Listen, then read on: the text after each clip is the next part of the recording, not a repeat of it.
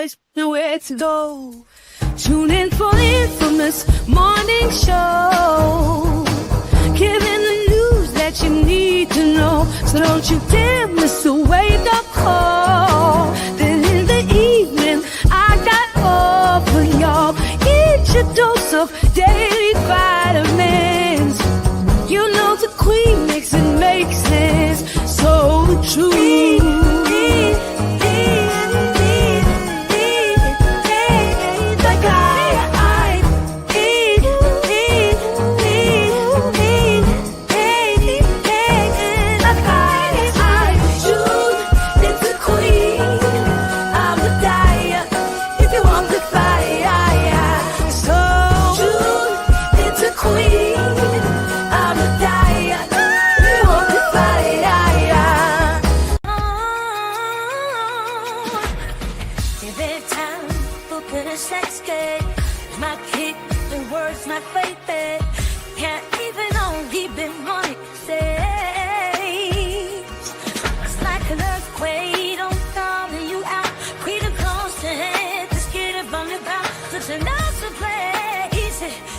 Nobody knows why liars lie. Winners are not allowed to allow losers to rewrite history. It's God's side and the other side. Country bumpkin black dude that can't talk good, Uber bitch, and look like Mr. Potato Head. I didn't want to be a movie star. No, you couldn't be a movie star. Ricky Smiley can't act, cause Ricky Smiley can't act.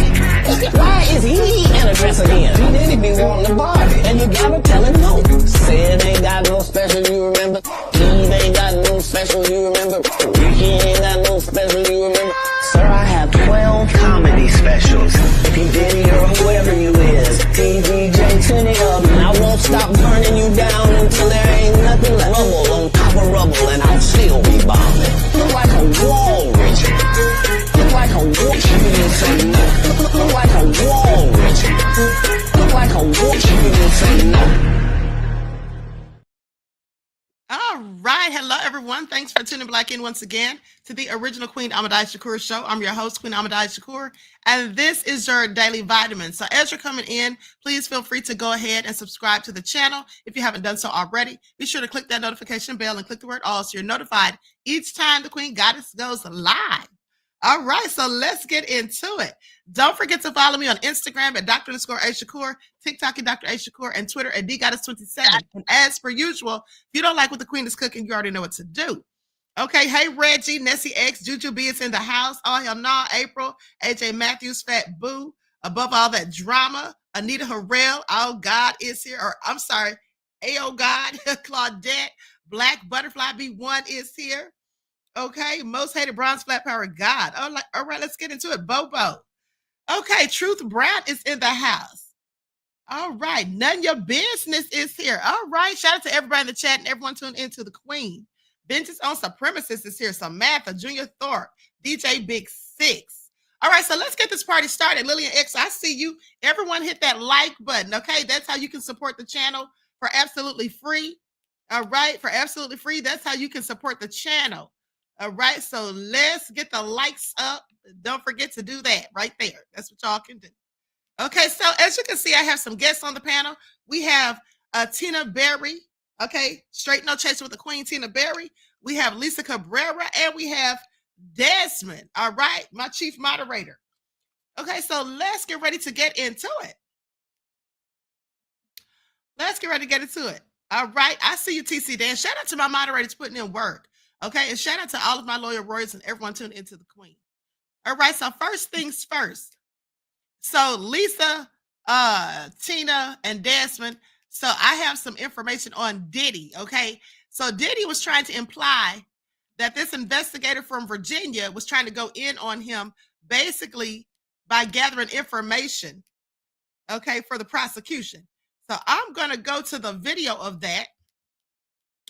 We're going to get some of this new, this updated news out here first, guys.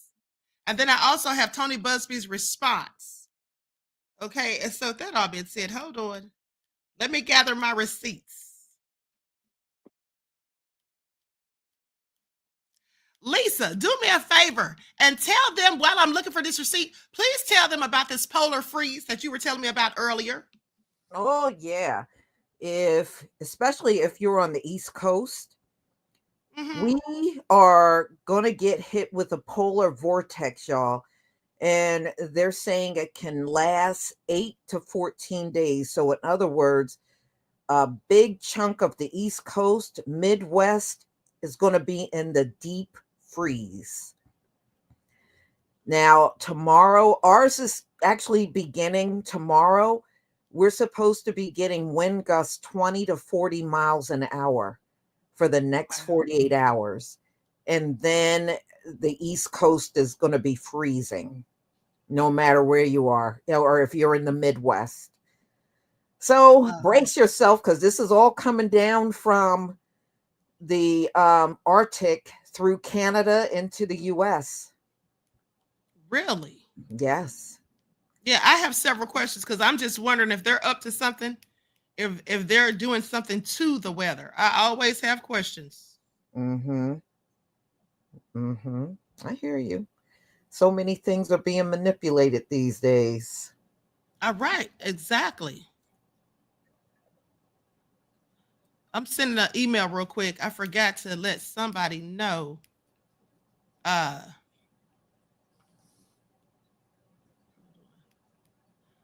forgot to let one of my people know.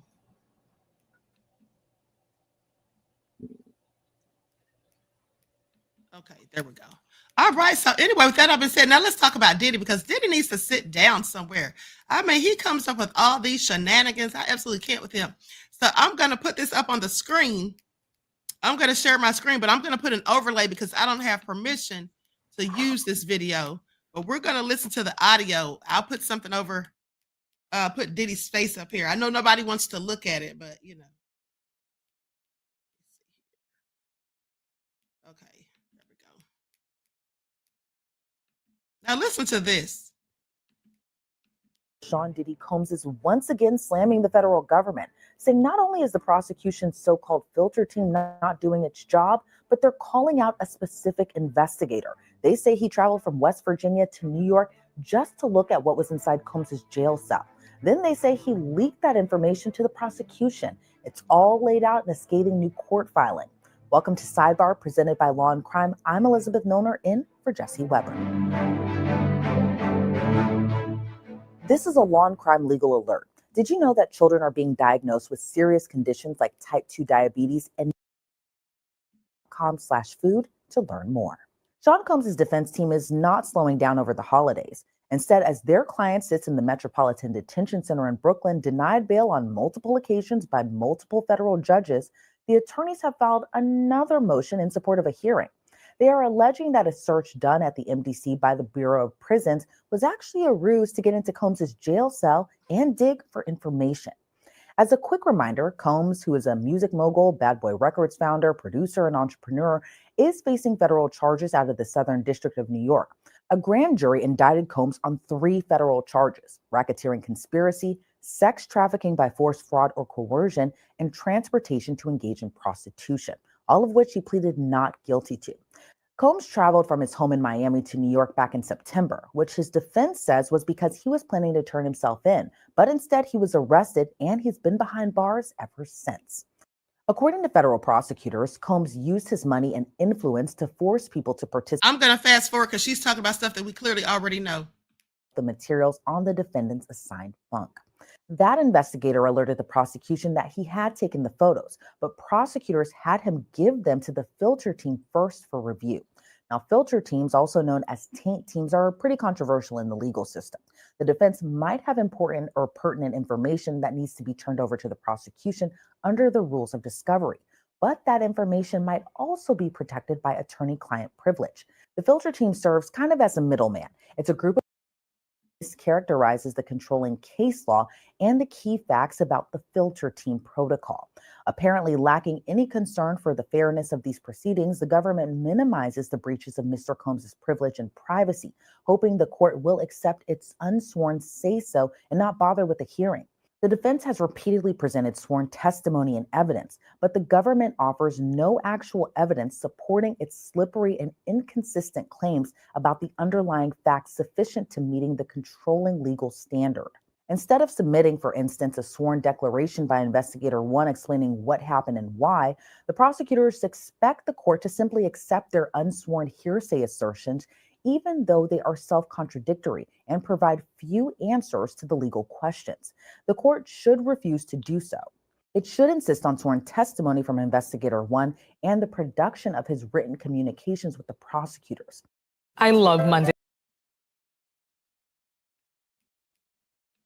Okay, I'm going to stop right there. Now, I want to know what you all think about this, because my thing is, even though I can't stand Diddy, well, I absolutely do believe that that person was given information, came there to target Diddy and to go in his cell and all of that stuff, or to check his belongings. I already said that even before it came out. I literally said that this interagency investigation that they're having at the jail is targeting Diddy.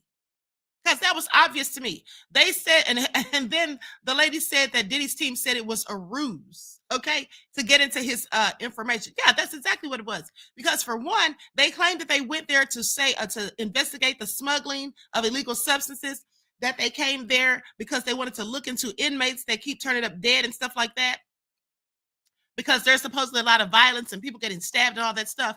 But at the end of the day, that's been going on for years, according to them. So why all of a sudden, now that Diddy's there, did they decide to do this interagency investigation? So I just quite frankly knew that they had something to do with Diddy.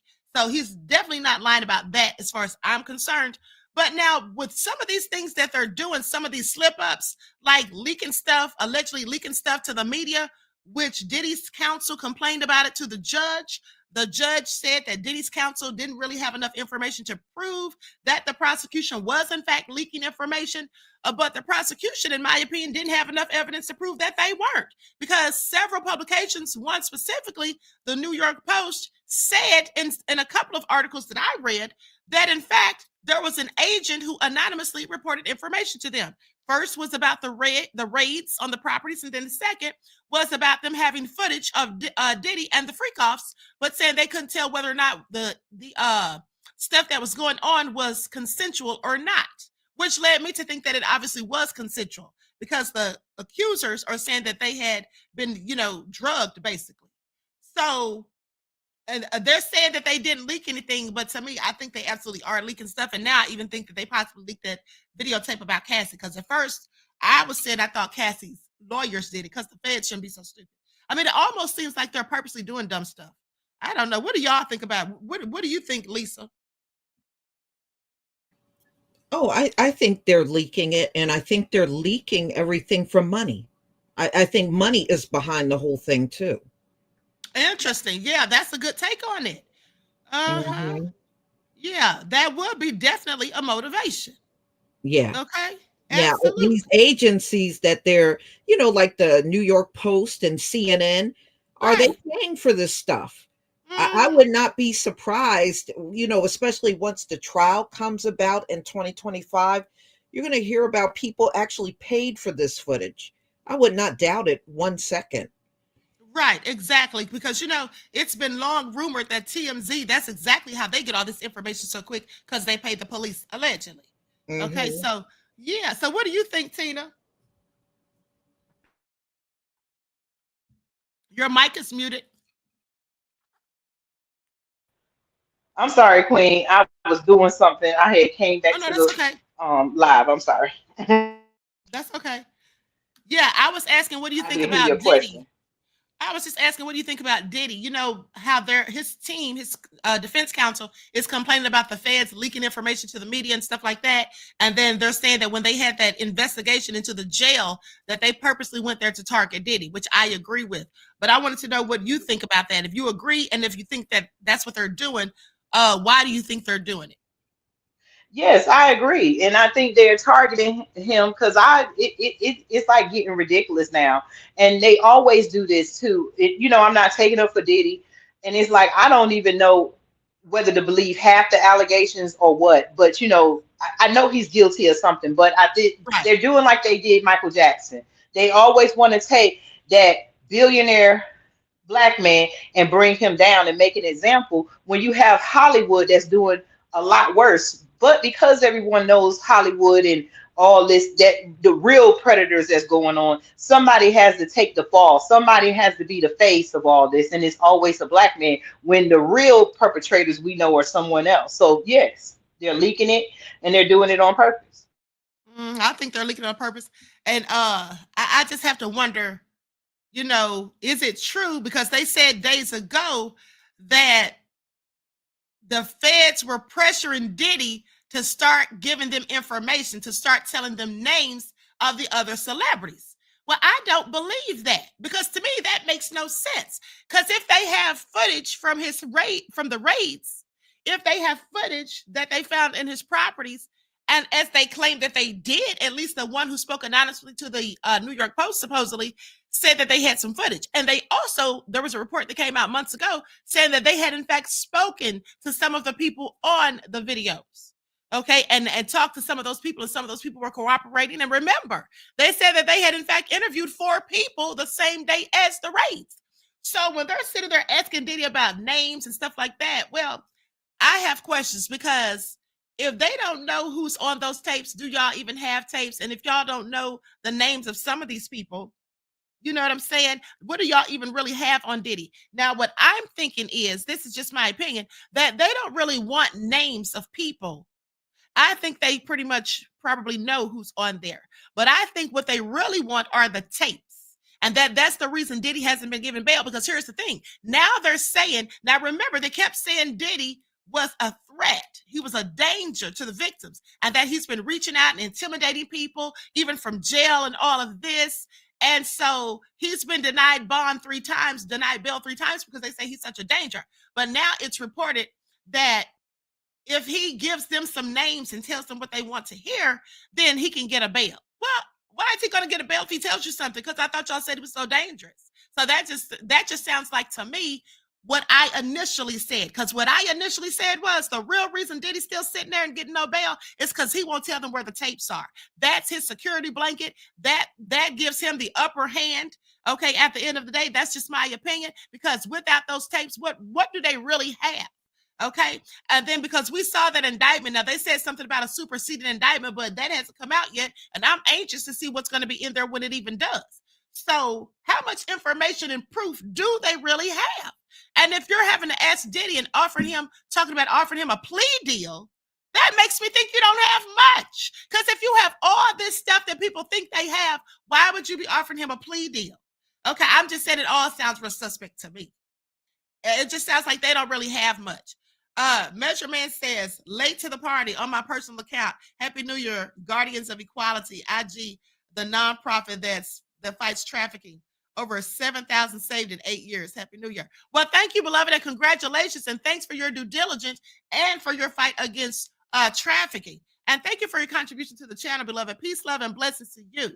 Okay? I appreciate you. So Reggie said exactly. They have nothing. Exactly. That's what it sounds like. Sounds like they got nothing. And like I said before, I said if Diddy would just, if he would tell them where those tapes are, they would have been giving him bail. But the fact that he won't tell them, that's why they're holding him in there, waiting for him to break. Now it looks like he may be breaking, because they reported, right around Christmas time, that Diddy had some type of meltdown and that he requested to be given medical treatment or taken to a hospital or something. And they wouldn't give it to him. They wouldn't take him to a hospital. But they said he was like having a meltdown or whatever. And I think that he was probably it was setting in that he's not going to be at home for Christmas. And I think that now the pressure is starting to mount, which in my opinion is what they want. So I don't know. Do you all think that they have the tapes, or do you think that Diddy still has those tapes tucked away somewhere? I'll start with you, Desmond, since I didn't get you last time. What do you think, Des? Yeah, they still got the tape. I mean, he still got the tape. He ain't gonna give it up. He gonna do some type of deal. He ain't about to give it up. Yeah, that's what I think, that he used those. But if he do though, they'll probably do something to his kids. They give him the break or something like that, so he can give up the tapes. That's my personal opinion. Yeah, that's something to think about, because they absolutely could do that. Because here's the thing: his sons have been involved in some of his shenanigans, allegedly. because they already said that Christian King Combs assaulted somebody.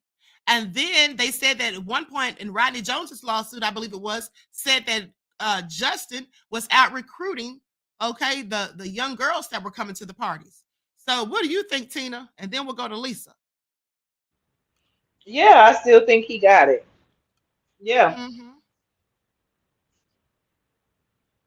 Like I disagree that Oh, I'm sorry. Go that ahead, he's Tina. my bad. I'm just saying I disagree with I forgot what he said that they could probably do something. You know, he using it because they could do something to his kids and stuff. Yeah. Yeah, and I'm just wondering if eventually they're going to try to threaten him with filing charges against them. Because another thing is, let's not forget that it's been reported that Diddy has many of his businesses in his mother, Janice Combs, and his son, Justin's name.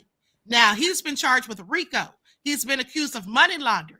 So these are ill-gotten gains. These are funds that they're saying that he obtained illegally. So if anyone's purchased anything in their name for him or has things that he purchased in their name, that's charges they could face too.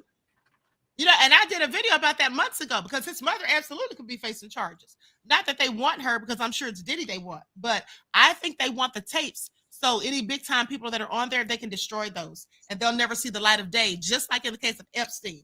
That's what I continue to say. What do you think about that? That's Lisa? what I was going to say. Yeah, that sounds like it to me. Mm-hmm. Mm-hmm.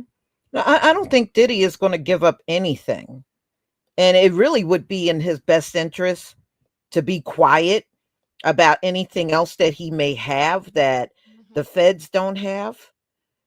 You know, yeah, I agree. That'll make it much easier for him to get a plea deal if he divulge any more tapes or any type of documentation. It could add up to more charges. So why would he give them anything? That's exactly what I was thinking, because there is no telling what is on those videos, okay? And specifically, as I read this article of what Justin Bieber said, okay, I definitely think that would be a bad move. Okay, so now let's get into what Tony Busby said, because he issued a response. Because days ago, Alex Spiro, Jay-Z's attorney, was basically, he found a loophole saying that, you know, the woman that's accusing him and Diddy, saying that basically she doesn't have any leg to stand on, because he says that that's past the statute of limitations. And basically implying that, you know, that's not going to fly and that the judge needs to just go ahead and throw it out, which is what they've been wanting all along. Let me have a brief word from my sponsor at 12 Tribes, you guys. Please get the likes up. Please don't forget to like and share. Thank you in advance. Here we go. Do not buy 12 Tribes on Earth hair growth oil and hair magic elixir unless you want super healthy, gorgeous hair that grows.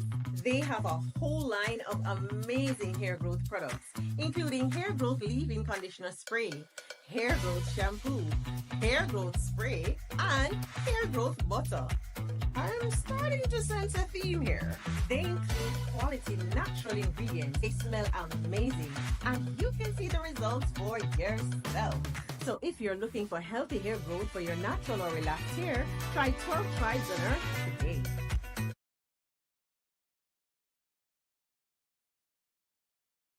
All right, so don't forget you can purchase 12 Tribes hair oil at Etsy.com. Just look for Lisa Crafts. You can also find it at Walmart.com. And for the guys, don't forget that she has this lovely beard oil that makes you shimmer and shine, and it smells really good. Okay, your ladies will love it. All right, so with that all being said, this is from the Busby Law Firm, and this was filed on today, okay, to the Honorable Annalisa Torres. Okay, it's in reference to recent letter briefs filed in Jane Doe versus Sean Carter et al. Okay, so this is about the letter that, like I said, Alex Spiro filed. And Lisa, I don't know if I told you guys this, you and Tina, but Alex Spiro used to work with the CIA, okay, when he was in college at Harvard Law School. At the end of the day, this man, one of the reasons I think that he tried to separate Jay-Z from Diddy, not only because it's a bad look at this point, but one of the reasons I believe that he came out and flat out said that Diddy and Jay-Z were never friends. They were just business associates, which in my opinion, that was dumb for him to say because there's a lot of receipts out there that prove otherwise. But one of the reasons I think he specifically said that is because he's the same attorney that was hired by the Shakur family to investigate Diddy to find a connection between Diddy and Tupac's murder. So just think about that. That's like a conflict of interest. You have your own client, Jay-Z, who's linked to this man and sued in the same lawsuit as him, okay, about the same crime as him. But this is the same person you're supposed to be investigating. You're supposed to be trying to get dirt on him for a family who's paid you to see if he had anything to do with the demise of their loved one. So I just find that all interesting. I think that's absolutely why he came out and told that dumb lie, said that Jay-Z and Diddy have never been friends. Okay, so Your Honor, I write on behalf of plaintiff Jane Doe in response to defendant Sean Carter's letter dated December 30th of 2024, pursuant to which defendant requests leave to file a motion pursuant to Federal Rule of Civil Procedure 12B6 to dismiss plaintiff's first amended complaint. Okay, now defendant states his intention to move for dismissal on the grounds that Doe cannot pursue her claim after the New York City Victims of Gender Motivated Violence Protection Act, okay, because the Gender Motivated Violence Act does not have retroactive effect. However, neither the Second Circuit nor New York Court of Appeals has endorsed this reading of the Gender Motivated Violence Act. In support of his argument, defendant cites a trial court order decided on an unopposed record, which is merely persuasive authority. Now, because remember, he was basically trying to say that, and I think I misspoke. I think I said something about the statute of limitations. Basically, what it was is that Alex Spiro was saying that she couldn't file her complaint under that technically because her case happened prior. Like this act came like some months after the date of the incident that she's accusing them of. Now, defendant's argument as to the gender motivated violence is unpersuasive as it is contrary to the law's primary intention to make it easier for victims of gender motivated violence to seek civil remedies in court, not as defendant would have it make it harder. New York City passed the Gender Motivated Violence Act in light of the void left by the Supreme Court's decision in United States versus Morrison. Now, this is a case that he's referencing. Morrison struck down the federal right of action for victims of gender motivated violence under the Violence Against Women Act. Okay, holding that Congress lacked the authority under the Commerce Clause of the 14th Amendment to pass such a remedy. Okay, so I want to see how this is all going to turn out. Now, goes on to say that the Supreme Court, however, urged local governments to provide a remedy to women like Morrison. Wait a minute. Okay. I was about to say, did they say her name? No, this is the lady from the other case. Okay, to provide a remedy to women like Morrison who have been brutally raped, as no civilized system of justice could fail to provide her a remedy. New York City rallied to that call and passed the Gender Motivated Violence Act. And then he references another case saying that the legislative history of the Gender Motivated Violence Act shows the council intended to fill the void left by Morrison. Now, the city council recognized that gender motivated violence is widespread throughout the United States and that 3 out of 4 women will be victim of a violent crime sometime during their lives. The council also concluded that victims of gender motivated violence frequently they face a climate of condensation, indifference, and hostility in the court system. The council sought, therefore, to create a private right of action for victims of gender-motivated violence to resolve the difficulty that victims face in seeking court remedies by providing an officially sanctioned and legitimate cause of action for seeking redress for injuries resulting from gender-motivated violence. It is fundamental that interpreting the statute, the court should attempt to effectuate the intent of the legislature. Holding based on one holding based on statutory text and history that the gender-motivated violence was intended to apply retroactively. The council intended the Gender-Motivated Violence Act to make it easier for victims of gender-motivated violence to seek court remedies, and it intended the same when it passed the 2022 amendments to the law. Now, similarly, defendant also intends to seek dismissal on the grounds that any viable GMV law, which is gender-motivated violence, any gender-motivated violence law claim is time barred under New York's Child Victims Act, which preempts plaintiffs' GMV law claim. However, this court in Doe versus Gooding found that local anti-discrimination laws are generally not preempted by state law in New York. This court rejected the very same argument defendant makes here. So basically saying that he needs to sit down somewhere because somebody else already tried to make this weak argument and the court rejected it. And this should also be rejected, is what Busby said. Finally, defendant intends to seek dismissal on the grounds that the conduct alleged in the FAC, which is the first amended complaint, could not have occurred in New York City based on plaintiff's description of the residence in question, combined with public records, confirms that any such residence was located outside of New York City. As defendant seeks to rely on evidence outside of the pleadings, which would transform a motion to dismiss to one for summary judgment, and as discovery is not yet underway, it is respectfully submitted that plaintiff's proposed motion is procedurally improper and should be denied. In light of the foregoing, plaintiff respectfully requests the court to deny defendant's request to file a motion to dismiss. Well, this is going to be interesting to see how this all turns out. This is going to be interesting because that's one of the things that he said. Now, he basically said that, you know, this was filed in the Southern District of New York. This is what Alex Spiro said, that the claim was filed in the Southern District of New York, but that the accuser said that the residence she was taken to was approximately 20 minutes away from Radio City Music Hall, which he said that couldn't be the case because there was no residences 20 minutes away from the venue that fit the description of the house that she mentioned. Now, with that all being said, quite frankly, I'm pretty sure that it was longer than 20 minutes and that she was 13 years old. Now, if these allegations are true, let me just say, but if this is true, if what she says is true, then it would seem to me that because she was only 13 and this was 20 plus years ago, that she may not have an accurate memory of the time.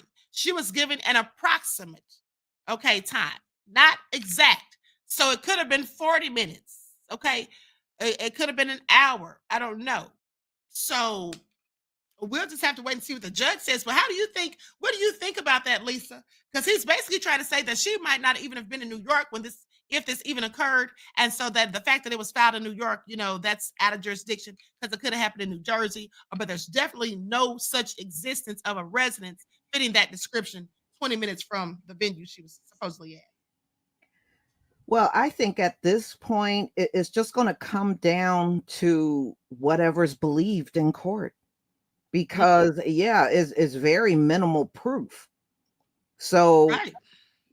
At this point, it's going to have to be determined in court who they believe at this point.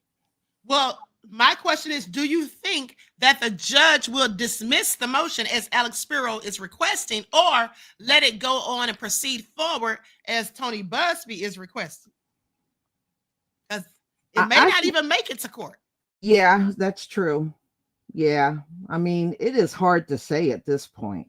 I mean, it really is because both of them made some very good and valid arguments, and especially when Tony Busby went and dug up a case where this type of complaint or this type of request has already been denied previously. Right. So they go and get cases that set precedent. You know what I'm saying? Mm-hmm. Kind of hard for the judge to go against it, in my opinion. Okay, well. Now, with that all being said, hey, Pearly. Bobo said, I went to a dance at 13 and I wasn't drunk or drugged. I couldn't tell you And I couldn't tell you where it was. Okay, listen. Let me tell you something. I'm glad you brought that up. Now that's a very good and valid point, beloved, because at the end of the day, I'm sure I went somewhere 10 years ago and wasn't drugged or anything, and I can't tell you where it was or what time I came back. I'm just saying. So it's just really crazy that they expect. And this is a person who has autism. Let us not forget. I'm not saying that what she's saying is true. What I'm saying is some of the things that she said do line up to some of the events that supposedly happened that night as it pertains to things that went on at the VMAs, just from my own research. Okay, but we'll have to see what the courts say about it, if it even makes it to court. I'm just curious as to whether or not the judge is going to let this all, fly. Now let's talk about Joe Budden, because did y'all hear about Joe Budden? Joe Budden fans, put your hands up. Joe Budden fans, put your hands up, okay? Because I have several questions. Hold on. Okay, yeah, here we go. Joe Budden has gotten himself in a bit of a pickle. Okay, he was charged after allegedly standing naked in a hallway and was caught on a Ring camera.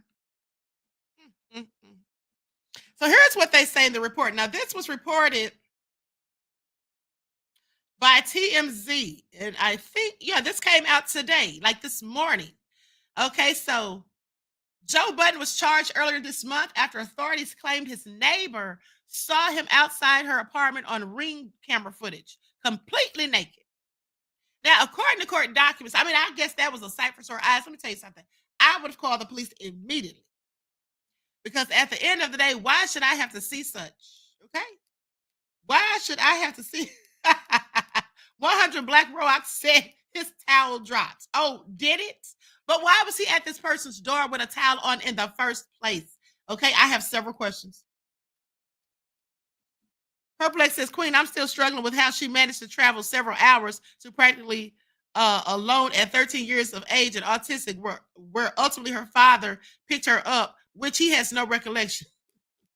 Honey, I have several questions about it all too, beloved. Okay? First of all, well, here's the thing. Here is the thing. That's a good question. Now, the person who allegedly dropped her off, who's now deceased, that person was 20 years old. Why was she hanging out with a 20-year-old? And why would the 20-year-old drop her off and leave her there by herself? And yes, the father said he doesn't remember, but he also says that he remembers picking her up in the middle of the night once, but that was a local drive. So I don't know. That all sounds crazy. Now, it could be, if we want to give her the benefit of the doubt, we could say that maybe she mistook where she was living at the time. Maybe she wasn't living all the way out in Rochester, because the father said he picked her up once in the middle of the night. But the question is, when he picked her up that once in the middle of the night, he didn't get on her. She didn't get any consequences. So she just goes out in the middle of the night whenever she feels like it at the age of 13 and being autistic. Like, I don't know. It's all crazy.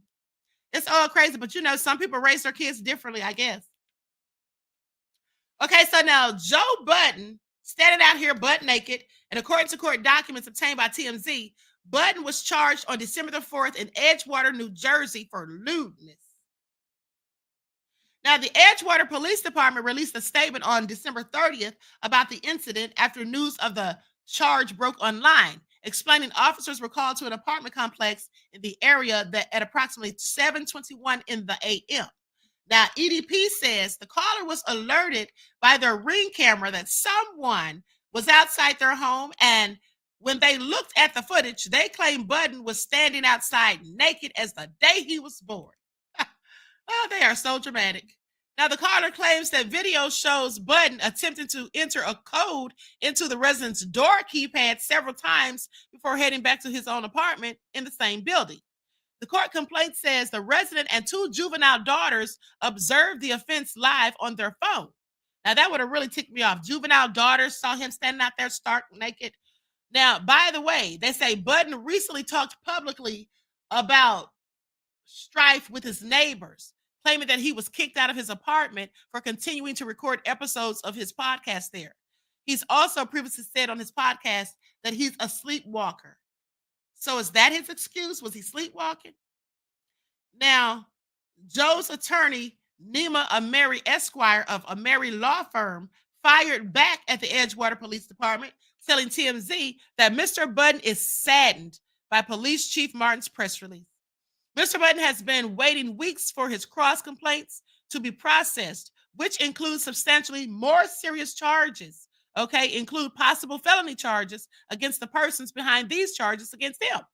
Now, the chief has, in our opinion, sat on those, but instead used his time to gain some free publicity for himself. So, in other words, saying the chief is clout chasing. That's what you're saying, that the chief is, in fact, clout chasing.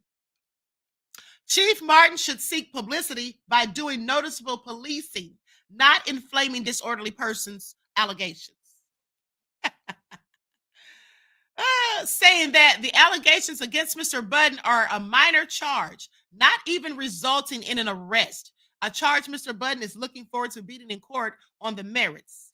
On the merits, not in the press. The chief's comments are reckless and, in our opinion, racially motivated. Our research has not shown a single press release on a disorderly person charge on the police website this year.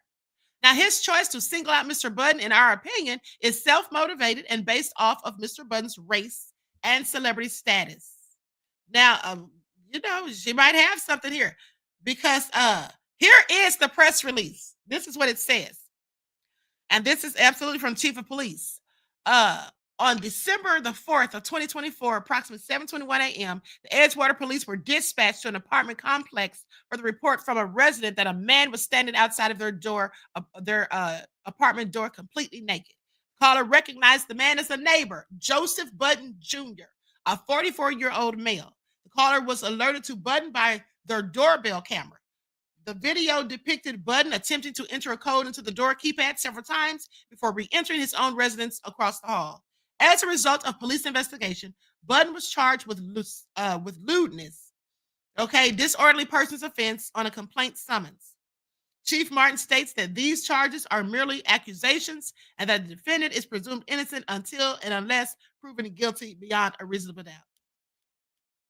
Yeah, he was clearly clout chasing. He was clearly clout chasing as far as I'm concerned. I find it all so interesting.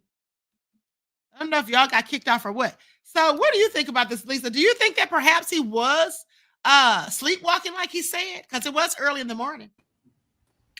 Yeah, anything's possible, but I don't know. Does he have a history of sleepwalking?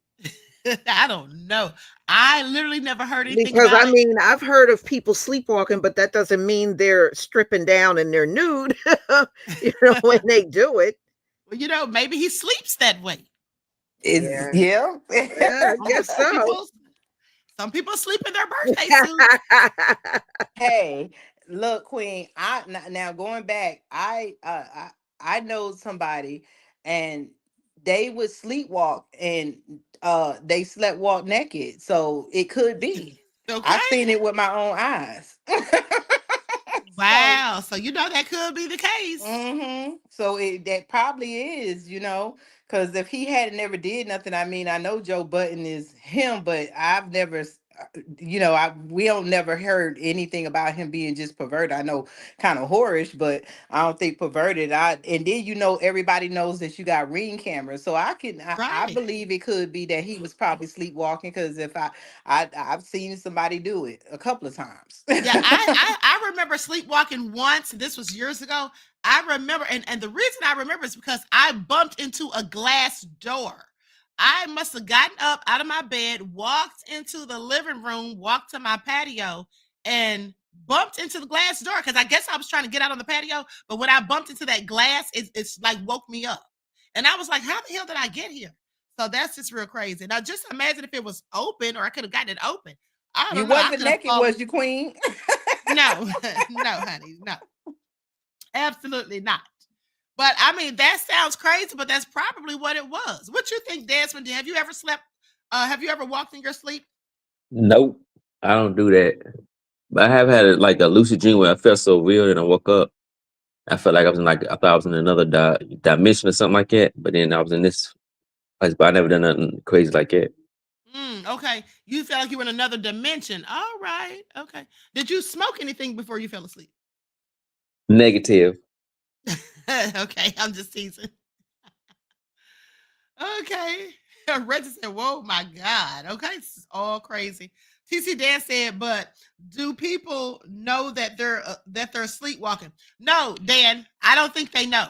And I think the only reason I knew is because I woke myself up when I bumped into the glass. I don't think people know. You know, there was a story years ago, if you guys remember, on the ID channel where this man, I think this man was lying, quite frankly.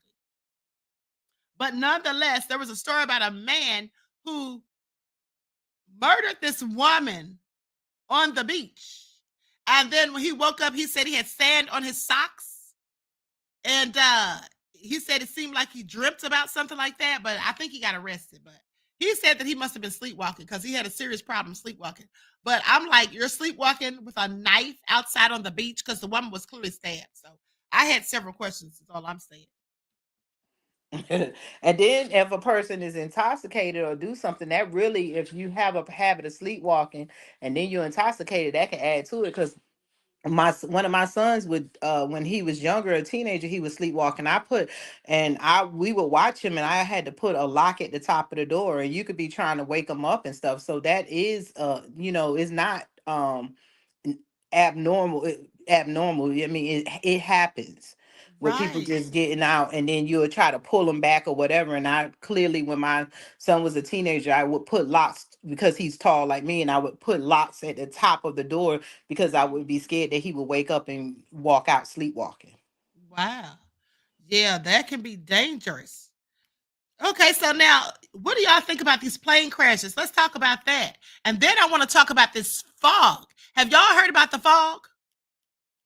Yes, I 'cause did. I people are actually getting heard about sick. it. Yes. Yeah, this is all crazy. Okay, so people in the chat, have you guys heard about this nefarious fog that's going around here? I have a whole bunch of questions. Rashid says shadow people. Please don't talk about them. Okay. We next aka DSB says shalom family on the panel and family in the chat. Shalom, beloved. Thank you for your contribution to the channel. Peace, love, and blessing. Okay, yes, I want to talk about this plane crash because this is what I was telling you guys. For those of you who kept hearing me say I'm trying to research something, I'm trying to figure something out. This is what I was talking about. These plane crashes, because I found it all very interesting. Okay, so let's get into it. Because these planes all crashing like that. First of all, the one in Korea was the worst one. Let me pull this up. And we're going to listen to this report on it. I'm going to share my screen. Likes up, everyone. Please don't forget to like and share. Okay, we're going to get into some fun stuff in a minute, but let me get some of this news out here. Okay. You guys, We Next, aka DSB, just gifted 5 memberships to the Queen's channel. Thank you, beloved. Shout out to you. This stream is dedicated to We Next, aka DSB. DSB is always gifting memberships to the channel. Okay, so you all take advantage and make sure you're shouting him out for him being so kind and thoughtful and considerate. Okay, thank you, beloved. Peace, love, and blessings. So DSB, We Next, aka DSB, is sponsoring this stream. All right. So that all been said. Now let's see what's going on here because this is the report that says from CNN from 2 days ago. What videos of the Jehu air jet can tell us about the plane crash in South Korea? Now let's not forget that there was a whistleblower who turned up deceased months ago. I reported on it, and he was talking about the safety issues with the Boeing airplanes. Okay. Now, that's the first thing I wanted to figure out. Was it anything possibly to do with that? Or was it something else that's going on that you guys might not know about? And I'm going to tell you all about that in a minute. So I'm going to share my screen so we can see this report.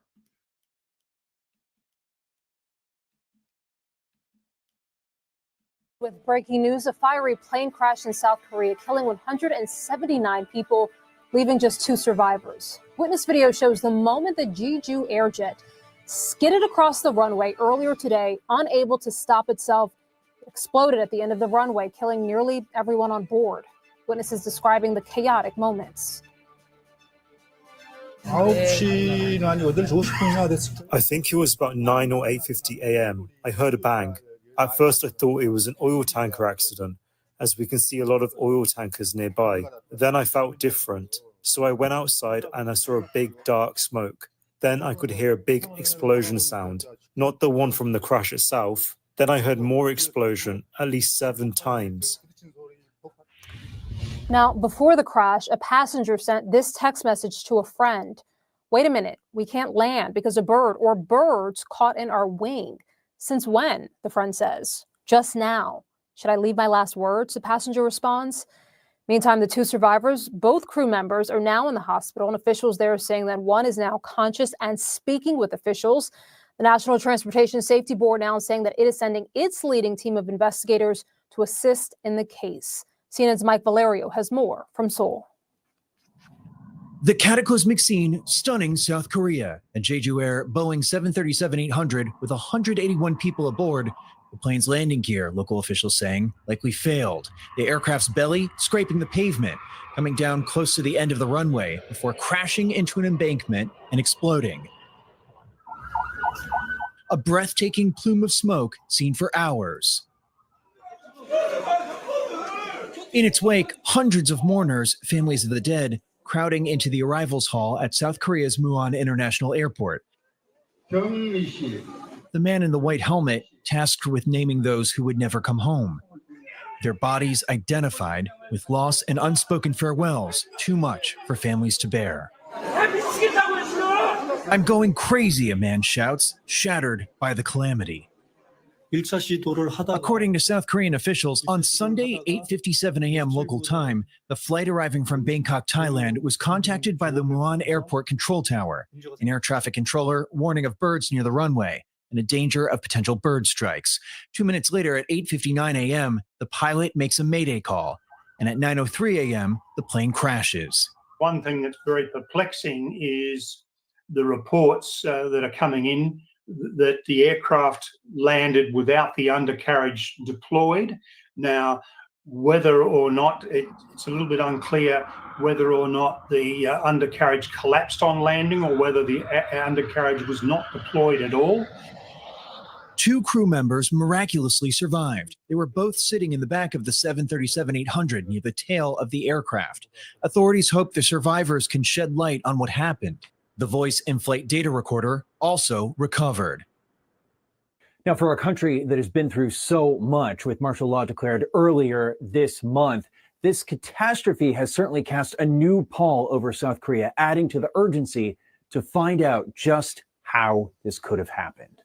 Mike Valerio, CNN, Seoul. Well, that's really sad. That's really sad. All those people lost their lives. Now, let's go to this next one. Now, that was a Boeing 737 plane that crashed in South Korea. And this next one was also a Boeing 737, okay? KLM Boeing 737 veers off runway on landing at Oslo Airport. Okay, I'm going to share my screen.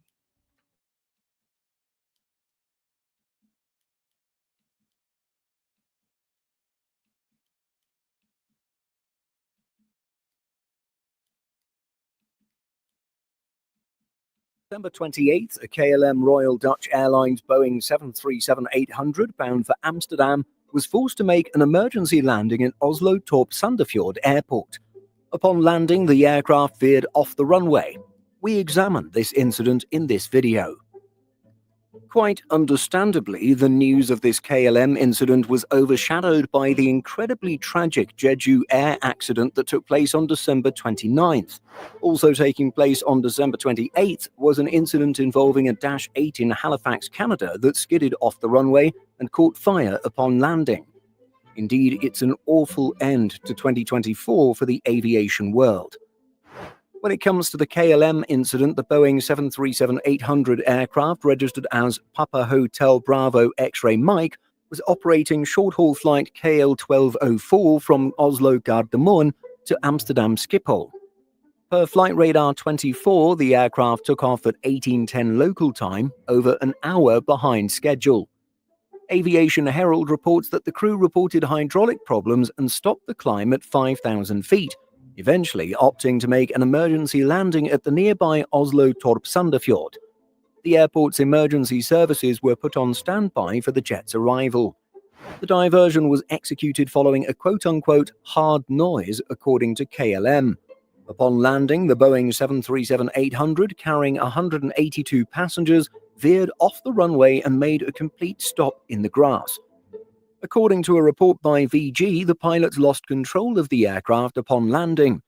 One of the pilots reported over the flight radio, "After touchdown, we were unable to control the plane. It swerved to the right and we couldn't stop it." According to a Norwegian police report, no injuries were reported in connection with the landing, and passengers were transported by bus back to Gardermoen, where they were accommodated in a hotel. It was later confirmed that the aircraft had suffered a hydraulic failure. According to a Norwegian local media report, smoke was observed coming from the airliner's left engine. The aircraft in question is KLM's 24-year-old Boeing 737-800 powered by CFM56 engines. The aircraft was delivered to the airline in November 2000. Per the most recent data available on CH Aviation as of July 31st, 2024, the aircraft had clocked a total of 60,843 flight hours and 38,070 flight cycles. The Norwegian Accident Investigation Board has launched an inquiry into the cause of the incident. At the time of making this video, the aircraft remains in Oslo. In addition to our daily YouTube videos, Simple Flying publishes over 150 articles.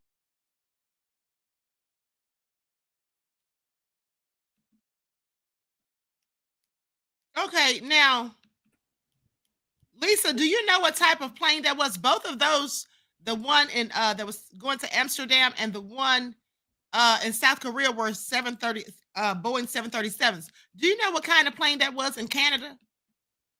No, more than likely it was a Boeing. Yeah, Those that's are what I'm really, thinking. yeah, those are really the norm. Back on the Now, I'm not 28th, surprised the the flight was normal survivors. until it came to landing. Hold on, let me pause Steve this. Marr, passenger.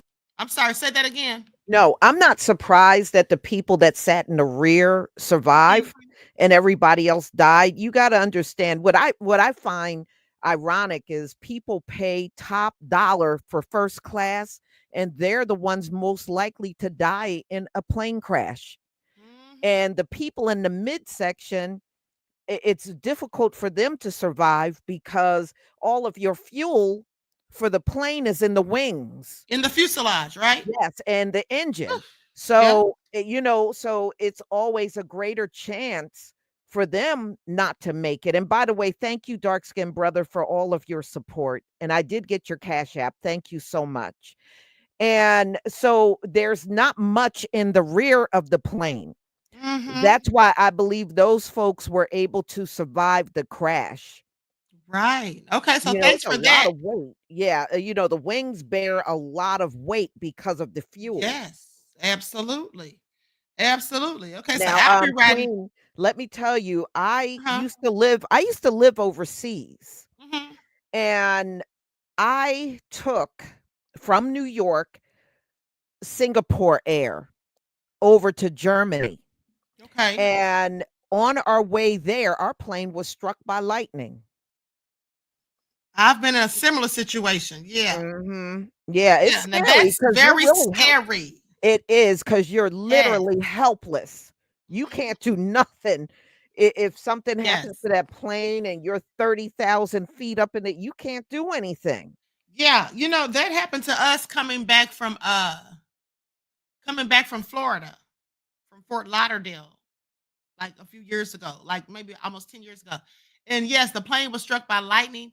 First of all, it was a really bad storm, and the pilot was gonna, just turn back around. But the plane got struck by lightning. When I tell you that plane was rocking and it was so much turbulence and it was so scary, and I was just sitting there praying. I'm sure everybody was, but when that plane finally landed safely, we were all cheering and clapping for that pilot, honey. And for the Most High, of course. Okay. D Money says some people are blaming the plane crashes on outsourced IT labor developers in India who developed the Mac software. Oh, really? Okay. Well, thanks for that information, beloved. I hadn't seen that. Now, that's interesting. Thanks for the information, your insight into the topic, and your contribution to the channel. Peace, love, and blessings. Now, one thing that I was thinking This is why I was researching, because I'm trying to put all this together. It could be because of the planes being faulty or whatever. But here's this. Did y'all know about this? Because NASA, y'all know I be staying on them because they be up to shenanigans and Project CERN and all that. Now, here's the thing. NASA researchers track slowly splitting dents in Earth's magnetic field.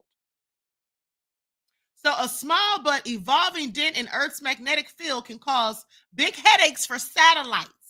Earth's magnetic field acts like a protective shield around the planet, repelling and trapping charged particles from the sun.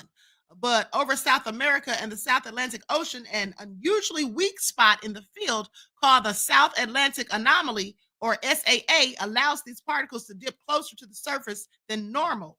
Particle radiation in this region can knock out onboard computers and interfere with data collection of satellites that pass through it at a key reason. And this is a key reason why NASA scientists want to track and study the anomaly.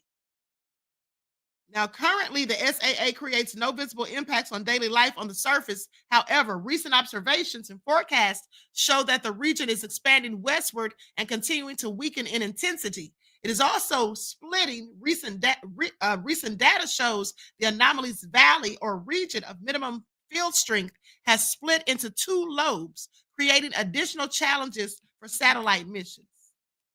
So it's a whole lot going on. Now, a host of NASA scientists in geomagnetic, geophysics, and heliophysics research groups observe and model the SAA to monitor and predict future changes and help prepare for future challenges to satellites and humans in space.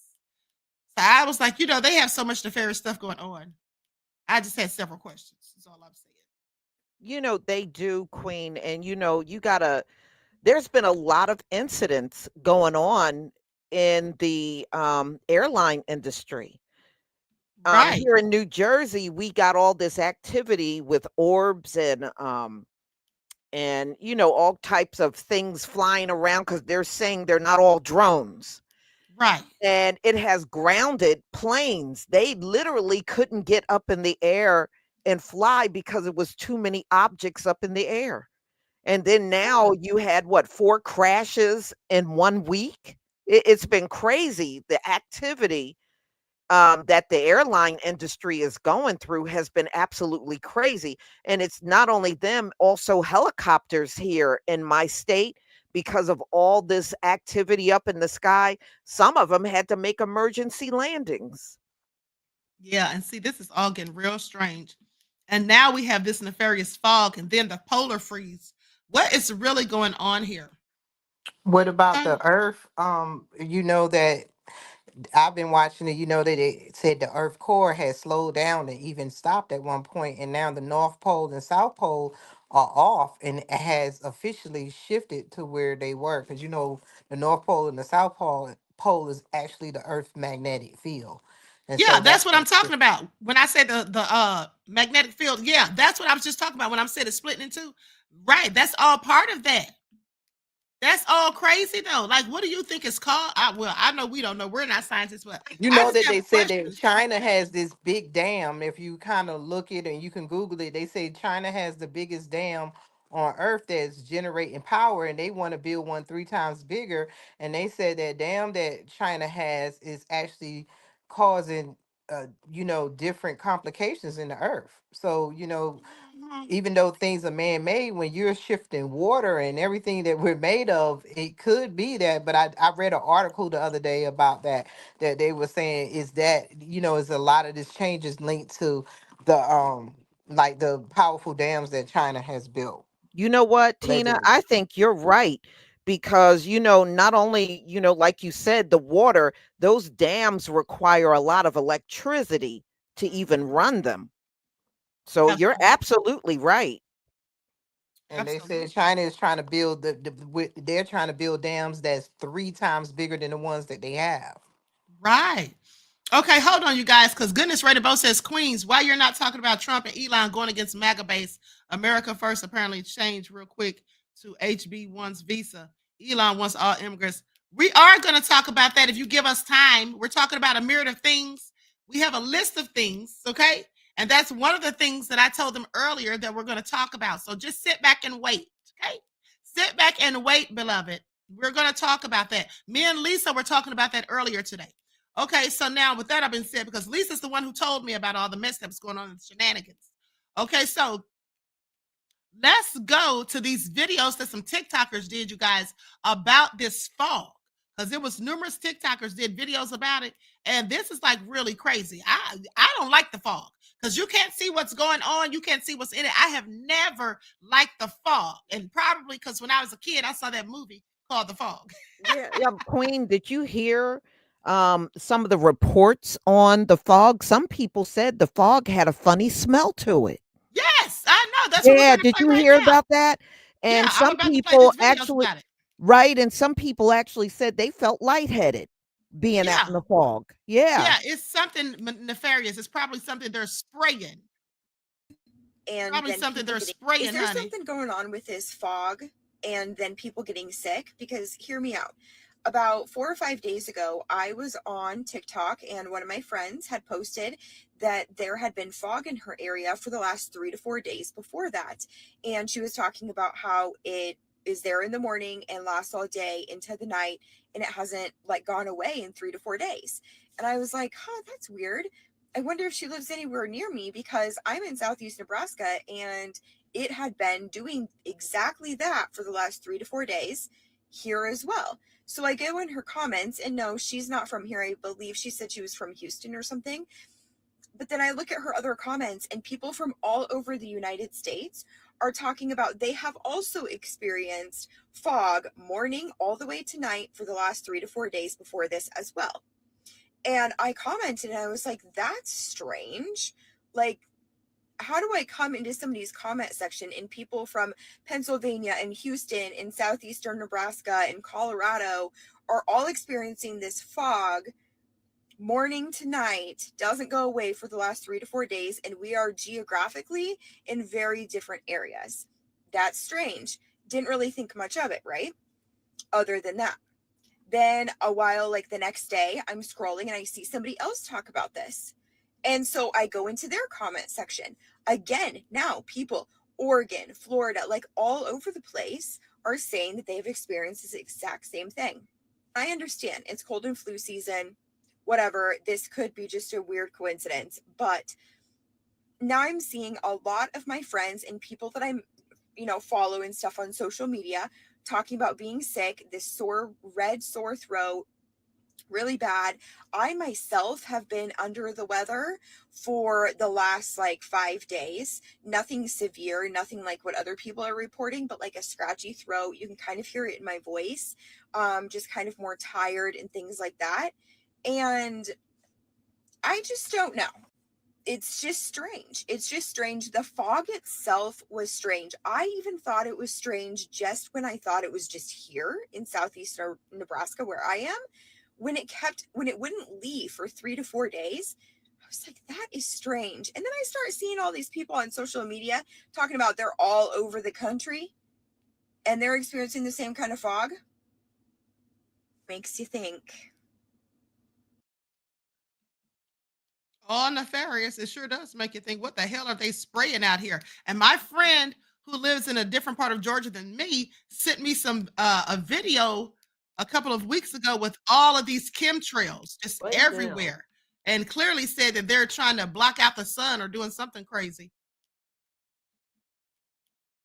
Let's talk about this fog for a minute. Right now, all over the United States, in the UK, and pretty much around the world, there is a dense layer of fog, or what looks to be fog. It is being reported as unusually dense, and in many places, which I'm showing the pictures of now, it has dense particulates in the fog that are not normal. This fog is not normal. Many places are reporting that the fog has been there for 5 days straight with no end in sight. What is this? It's too early to say what it actually is right now. But what we can say is that it is not normal. That's for sure. Everyone has experienced fog before. It usually stays for a few hours or maybe a day, but it never, in my life, 54 years, it has never stayed for more than a day. It has never been so dense for days at a time that you can't even see 100 feet beyond it. And it never comes with these dense particulates that look like snow. It looks like there's ash or snow in the fog. I'm curious to get your thoughts, and I'm curious for your videos. If you have videos of this fog, if you've taken videos of this fog, please send them to me. I would love to see them. Same thing with these other things, the Dior bags. If you are catching something unusual, abnormal on video, I'd love to see it. I want to start cataloging these. Mentioned it before, and I feel like all of this is leading to something. It feels like whatever it is, it's coming soon.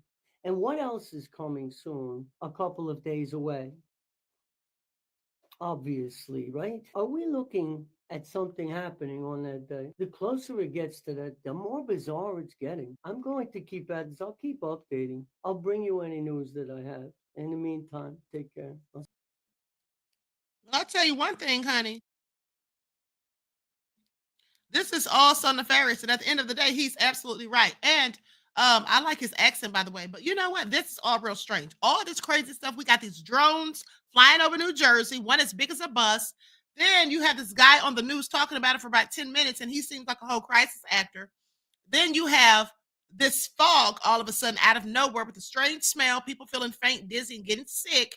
And then you have planes just falling out of the sky. This is all just crazy, or crashing or whatever. Let's go to this last video about the fog, because this is the lady whose video that caught my attention. That's when I first started looking into it. Like something big. I don't know if it's just me, but for the last few days, I have been having this weird feeling like something big is about to happen, right? Like this weird feeling of impending doom. I have been having this crazy feeling like in my belly. I don't know what it is, okay? To be brutally honest, I feel like something is already happening. And here's why.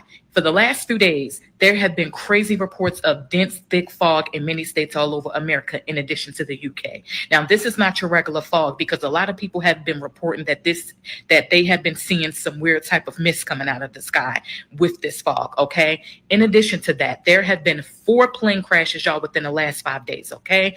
3 of those plane crashes occurred within the last 24 hours. You had one on Christmas Day in Kazakhstan, and then within the last 24 hours, you had one in South Korea, Nova Scotia, as well as Norway. In addition to that, y'all, so many people have been reporting this weird sickness, where as though they're having muscle soreness, sore throat, body aches, nausea, vomiting, dizziness, the whole 9. And they said that this sickness had just been coming out of nowhere. I don't know about you, but I feel like something big is happening or about to happen, and these people just are not telling us. What are your thoughts? Well, if they're not telling us, it's likely because they're the ones doing it. This stuff isn't just happening for just out of the blue. Whatever's about to happen, they're the ones doing it. Okay, that's just my opinion. I find it all so interesting and quite frankly nefarious. Okay, so what do you all think about this whole thing? I haven't been seeing any fog here where I live, and I haven't been feeling sick or anything. And then she's talking about impending doom. Doom for who, honey? Not the queen. Okay, please pay attention. There's no doom for me. They can sit down somewhere. Don't even try it. Now, Lisa, let's talk about it, because here it is. Let's talk about Elon and MAGA. Yeah. I find it before all so before you nefarious. before you touch on that, I do wanna say one more thing about the fog. Yes, go ahead. Now, here in New Jersey with the drone situation, Mhm. there have been footage of some people filming these drones spraying a substance in the What? air, and and they don't know what it I heard is. say that too. Yeah, and, you know, we haven't seen it, but the fact that that stuff has been lingering for days, that don't sound like fog to me. I No, know it people doesn't. are doing the best they can to describe it, but that don't Right. sound like fog. I don't know. It looks like that movie, The Fog. And remember that? Mhm. That's what it Yeah. looks like. And wait a minute, did I say I saw that movie when I was a little girl? I'm thinking about, yeah, that was the movie The Fog. I'm thinking about, no, I'm talking about the movie The Mist. Do you remember that? Mhm. Yes, That's what that's it what I looked was like. thinking. The mist. Yeah. That's what it looked like. I'm getting it mixed up. The movie Fog came out, I think, when I was a kid, but this movie, The Mist, that's what it reminds me of. The Mist. That came out some years ago. I think that was a Stephen King movie. This is all crazy. Yeah, that definitely is not a fog. It's something that looks foggy or whatever, but not a normal fog, definitely. This is all crazy. Have they had any reports of the mist or the fog in Georgia? No, I haven't seen it here. I don't want to see it, honey. We're not the ones. They don't need to come down here with that bull crap. The only Okay. thing I heard, Tina, that the fog was reported in 12 states, and they all seem to be like in the Midwest. You know, I haven't seen anything on the East Coast so far. I mean, I know that can change, but so far it's 12 states. All of them seem to be more like in the Midwest area of the country. Oh, okay. Lord. Okay, now let's get into MAGA time, honey. Because now this is a report from 4 days ago, and then I'll get into a couple of more recent reports. Because they're calling Elon president-elect. I mean, where in the hell is JD Vance? Lisa, where is he? I know you don't even hear about him. You hear more about Vivek and Elon and JD Vance. You wouldn't even think he was there at this point. I mean, what's really going on, honey? This is all crazy. I have not seen or heard of him. Oh, there's God of Seer. I didn't even see him. Okay. All right. Hey, God of Seer. I didn't even see you had joined, beloved. How are you doing? Let me go ahead and share the screen so we can see this report. All right, here we go. Preparing for a widespread immigration crackdown when he takes office 25 days from now. We're seeing a crack between some of his top advisors and his MAGA base. Elon Musk and Vivek Ramaswamy are both facing major blowback from their own supporters for not only backing, but encouraging offering more visas to highly skilled foreign workers. Over the Christmas holiday, Musk posted this online saying, think of this like a pro sports team. If you want your team to win the championship, you need to recruit top talent wherever they may be. He later added, I'm referring to bringing in, via legal immigration, the top 0.1% of engineering talent as being essential for America to keep winning. He's talking about H-1B visas, which allow employers to hire highly skilled foreign workers. Musk, who himself is from South Africa, said that he once had this kind of visa, and he's arguing that Silicon Valley is facing a shortage of excellent engineering talent, as he put it. But the annual cap on those kinds of visas right now is at $65,000, with another $20,000 for those who get a master's or a doctorate in the U.S. Musk is being backed up by his partner in Trump's government efficiency initiative, Vivek Ramaswamy. He says it's a cultural issue that there aren't more competitive engineers in the U.S. Here's what he said online. A culture that celebrates the prom queen over the math Olympiad champ or the jock over the valedictorian will not produce the best engineers. A culture that venerates Corey from Boy Meets World or Zach and Slater over Screech and Saved by the Bell or Stefan over Steve Urkel and Family Matters will not produce the best engineers. But that argument is not going over well with Trump's MAGA base, certainly not online. Some of them saying, we did not ask them to engineer an immigration policy. Tech wants indentured servants, not high-skilled workers. You don't even know what MAGA immigration policy is. Now, Trump himself, who I should note restricted H-1B visas in his first term, has said on the campaign trail this time around that he did want to make it easier for educated foreigners to work in the U.S. What I want to do and what I will do is you graduate from a college, I think you should get automatically as part of your diploma a green card to be able to stay in this country. And that includes junior colleges too. Anybody graduates from a college, you go in there for 2 years or 4 years. If you graduate or you get a doctorate degree from a college, you should be able to stay in this country. My political sources tonight are former New York City Mayor Bill de Blasio, CNN political commentator and Republican strategist Sir Michael Singleton, and also CNN economics and political commentator Catherine Rampell. And Catherine, you have covered this issue for a long time. Can you just lay out what we're looking at here in this divide between what Elon Musk says he thinks would be the best for the United States and why we are seeing something that we have not seen, frankly, almost at all lately, which is a lot of people in the MAGA universe outright disagreeing with him, arguing with him, and breaking with him online? So Elon Musk and Vivek Ramaswamy in this particular case, I think are exactly right. America's ability to attract talent from around the world is basically our economic superpower. The fact that in particular, we've been able to attract high-skilled immigrants quite reliably in this country over the past century or so is why we have this enduring leadership in science, tech, and business. So just as an example, of all Fortune 500 companies, about half of them were founded by immigrants or the children of immigrants. And of the Nobel laureates, American Nobel laureates who have received prizes for the hard sciences this century, about 40% of them are immigrants who came to this country. So again, this is our superpower, and I'm very glad that Musk and Vivek Ramaswamy recognize it.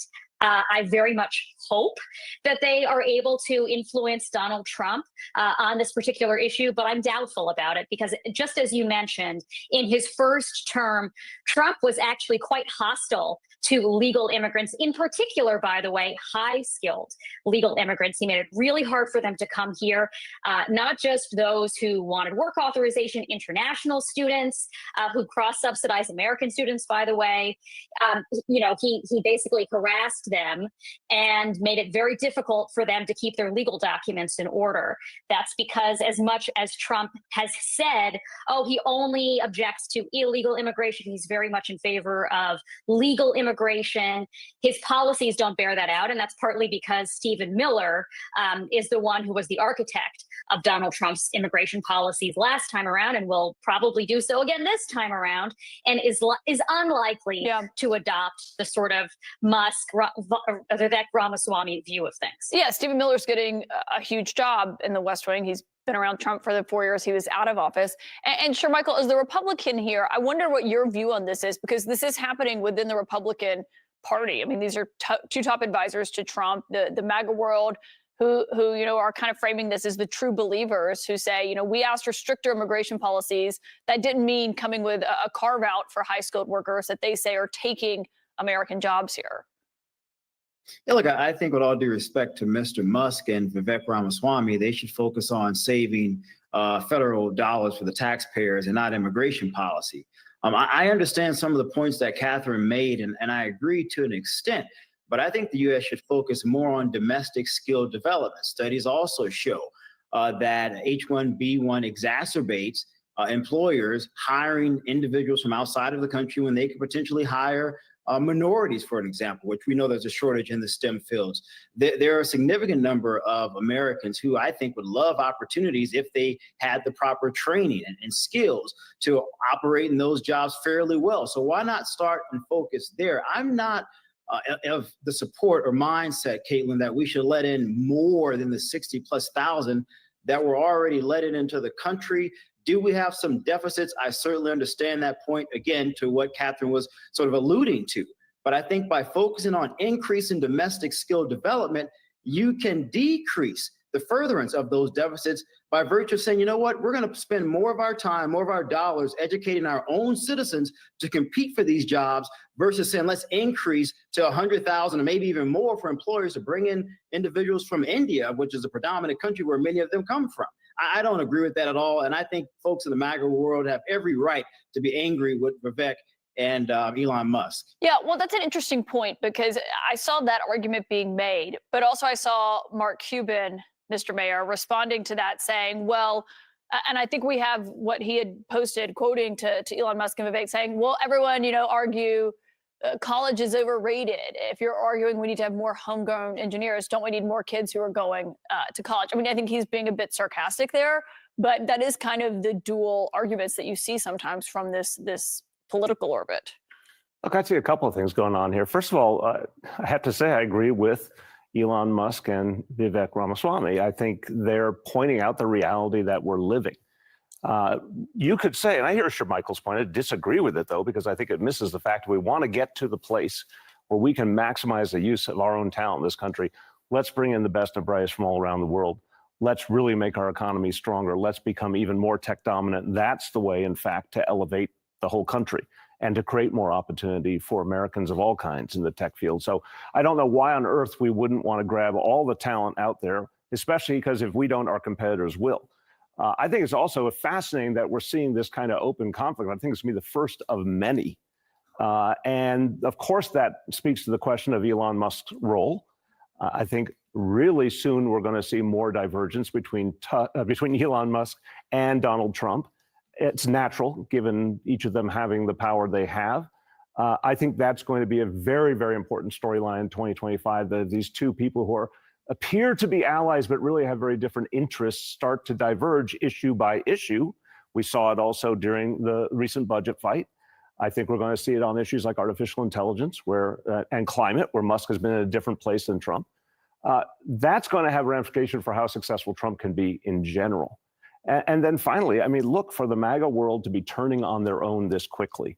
This is also an interesting question. They almost look like Democrats here. It's like, so I say this lovingly as a Democrat, like we have an ability to eat our own very quickly sometimes. Well, this is fascinating. Here are these heroes just a few minutes ago, and they say one thing that a lot of the MAGA world disagrees with, and suddenly they're being villainized. That's not good for that coalition. Yeah, I think that's interesting in terms of what the West Wing will look like, too. I mean, Elon Musk is not coming in, Catherine, but in an official capacity, but he's in the room. He's always at Mar-a-Lago. Trump jokes about how he's always often there. He has dinner with him regularly. Between that and the tech moguls who have been parading down to Mar-a-Lago to also have dinner with him, I wonder what that looks like with this divide that is so clear between Stephen Miller and what he has been advocating for and what we know he did in the first term, and what this looks like with a new big advisor in Trump's ear like Elon Musk.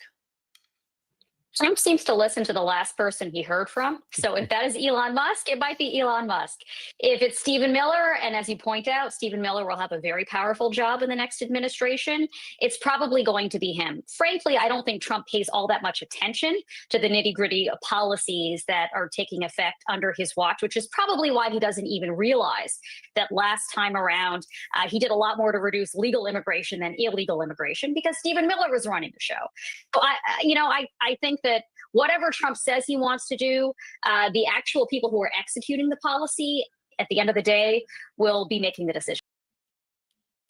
Okay, so I don't like anyone that was on that panel as far as I'm concerned. Hold on just a second. Okay, I didn't like the looks of any of those people on that panel. I specifically didn't like former Mayor Bill de Blasio, because every time I see him, there's only one thing that I think about, and it's this right here. Please pay attention.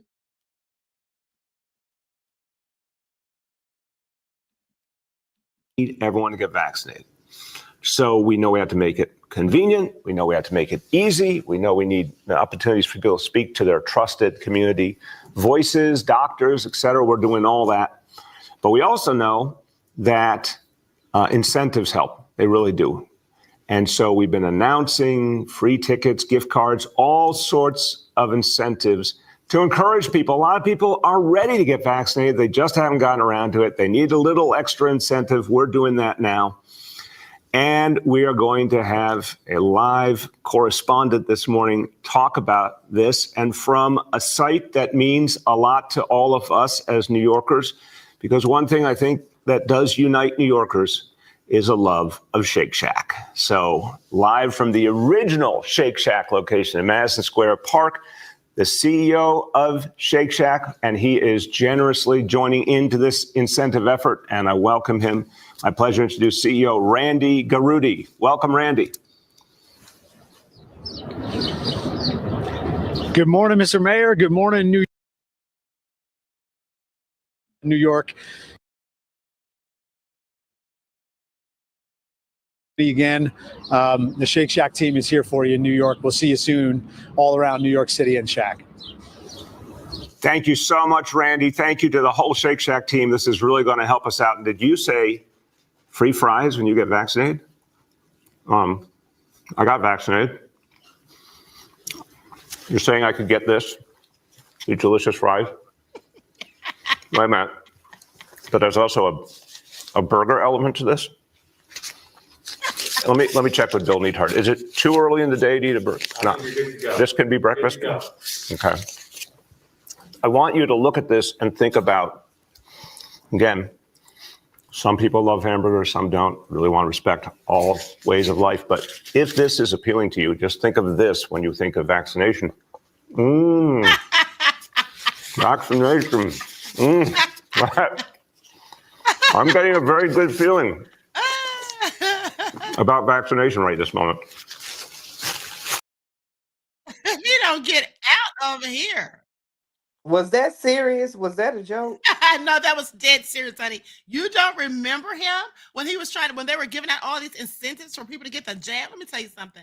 When I saw that, if ever I had been thinking about getting it, I would definitely not have after that ridiculousness, okay?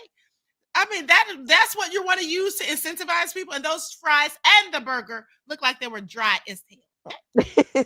I remember that.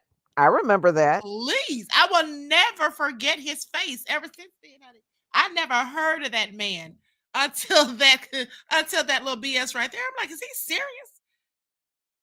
And then talking about a burger element. If you don't sit down somewhere.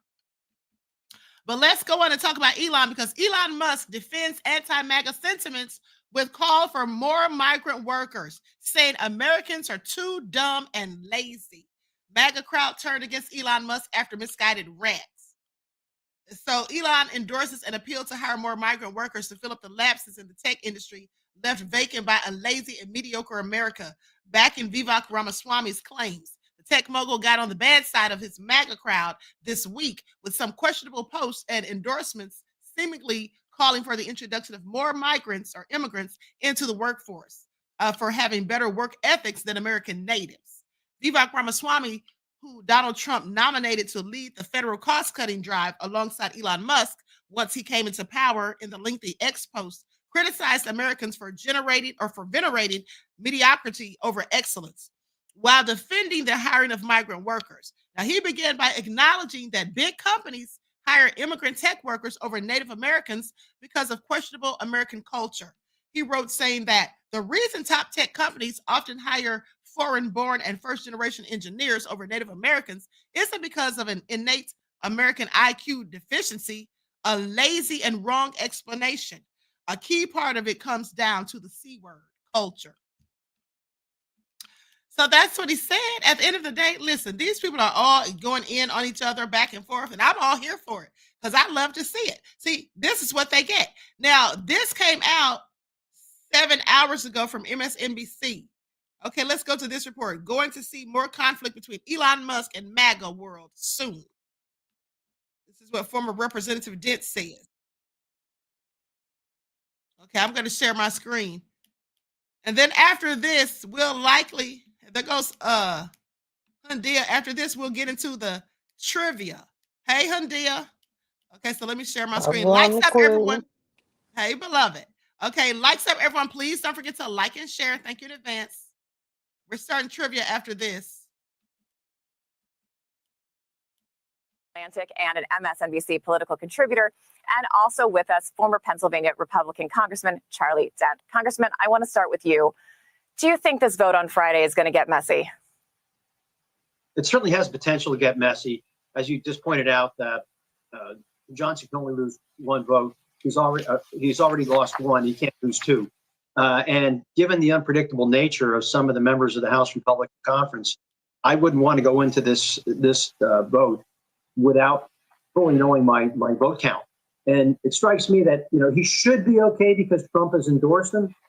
But you got a group of wildcats here, and Massey's not going to flip his vote. Sparks, she was against McCarthy at one point during his run for speaker, and who knows what she'll do. And there could be some other surprises. So I'd be a little nervous if I were Johnson, but Trump's endorsement should give him some measure of comfort, but don't count on it. Mark, I want to turn to you. Speaker Johnson was on Fox News last night and was asked to respond to people like Thomas Massey and Victoria Spartz. Here's what he had to say. I think that those members and all of them want to be a part of these solutions. They made big promises to their constituents in this campaign cycle, and we got to deliver upon them now. It's the media and the left that wants to divide us and distract us. We can't fall into that trap. We've got to stay united, and if we do, we can bring about this America First agenda quickly and deliver for the American people so they see results very early in the year. What's your take on that? Is the division coming from without or within? Yeah, I wouldn't say it's the media in this case. I mean, look, division, distraction, whatever you want to call it. If 2 Republicans, 3 Republicans, whatever it is, not a big amount, votes against him, no matter how much loyalty the caucus has collectively to Donald Trump and maybe Elon Musk, although who knows that. We're into chaos. I mean, that's what this is. And as we've seen a million times over the last few years, I mean, all it takes is a few just to cause all kinds of trouble. And certainly, there's not, I wouldn't say a groundswell of goodwill that Mike Johnson has to sort of fall back on here. But also, as we know, like if any number of members of Congress who wants all kinds of attention can decide that he or she is a wild card in the next few days, and then the situation gets even muddier. So, look, I wouldn't feel confident if I were him at all, given the math. Yeah. And Charlie, I also want to ask you about another complicating factor, and that's Elon Musk. We saw him kind of throw a wrench, or rather a Tesla truck, into this bipartisan budget deal. According to, it seems that he's won over Donald Trump on the question of these specialized immigrant visas, which a lot of, MAGA loyalists don't like. But how wary should lawmakers be about the influence Musk has over some of these bigger issues when it comes to, helping the president and members of Congress decide where they want to go on this stuff? Well, I really think the big question is watching how MAGA world, I should say the MAGA diehards, and Elon Musk collide. And immigration, H-1B visas, is a classic case. You're probably likely going to see another collision on an issue like trade. These across-the-board tariffs, I suspect, are going to make many of the tech bros, Elon Musk and others, a bit nervous. So that's really what I'm watching for right now. Just what type of pushback these two worldviews of some of the tech folks and the MAGA world are not compatible in my view. So we're going to see more conflict as time goes on here. And Mark, I also want to ask you, Musk has reportedly been camped out at Mar-a-Lago since the election. According to the New York Times, he's been using one of the cottages available for rent on Trump's property, citing 2 people with knowledge of the arrangement. What do you make of that? And do you think the level of influence Musk is having right now with the president-elect is going to be permanent or temporary? I mean, if you ask me, I'd say probably temporary, but I mean, temporary is relative. I mean, he can certainly afford whatever he's paying for these, this sort of high-end bungalow or whatever it is. I mean, apparently it costs $2,000 a night. I don't think money's an issue for him. Clearly, it seems like, whatever the bromance, whatever you want to call it, seems to be, going into January. I mean, it's sort of been what we've been hearing about for the last 6 weeks or so. I think there's a lot of wild cards here. I think both of these parties are quite mercurial, meaning both these men are quite mercurial. I think the Republican caucus is. I think the Republican Party is at this point. We'll see what this all looks like, say, in a month, let alone 6 months. But I think right now, yeah, it looks like they're joined. I wouldn't say at the hip, but they're joined in some kind of alliance that seems to be at the head of the Republican Party right now. Congressman, if you had to put a clock on this particular bromance, or do you see a particular issue that could spell the end of it, what would be your guesses? Well, I think it's going to it could blow up over immigration, could blow up over trade. I think I don't know it. I have an exact clock. Maybe Mark is right. I think I don't think this bromance is going to last too terribly long, at least not this close, because you have to remember, MAGA is a populist movement. And many of these leaders in business, like Musk, they are not necessarily popular. And I can see this on trade. Musk has a lot of interest tied up with China.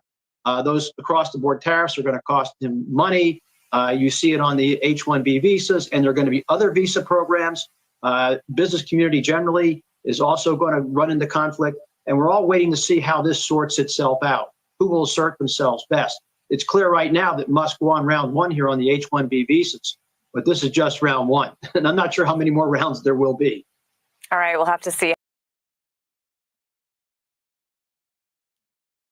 All right, so with that all being said, Pencil Lola, beloved, thank you for your contribution to the channel. Peace, love, and blessings to you. Okay, so at the end of the day,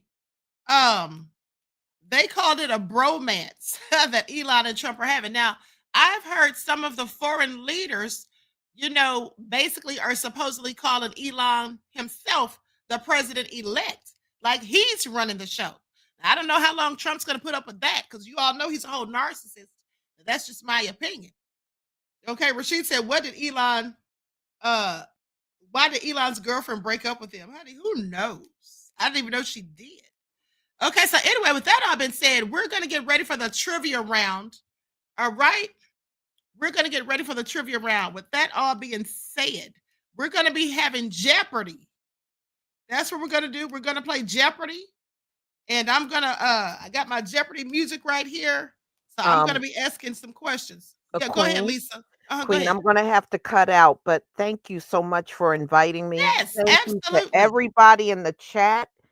And thank you to everybody that gave super stickers and super chats. And thank you for your support. And it was a pleasure spending time with everybody on the panel. Absolutely. Thank you, Lisa, beloved. I'll Thank talk you, to you later. Lisa. Thank All you. right. Bye-bye. Thank you, Queen. All right. Okay, so now with that all been said, so y'all know how we do. So for those of you who don't, we're going to have trivia. So I'm going to ask some questions.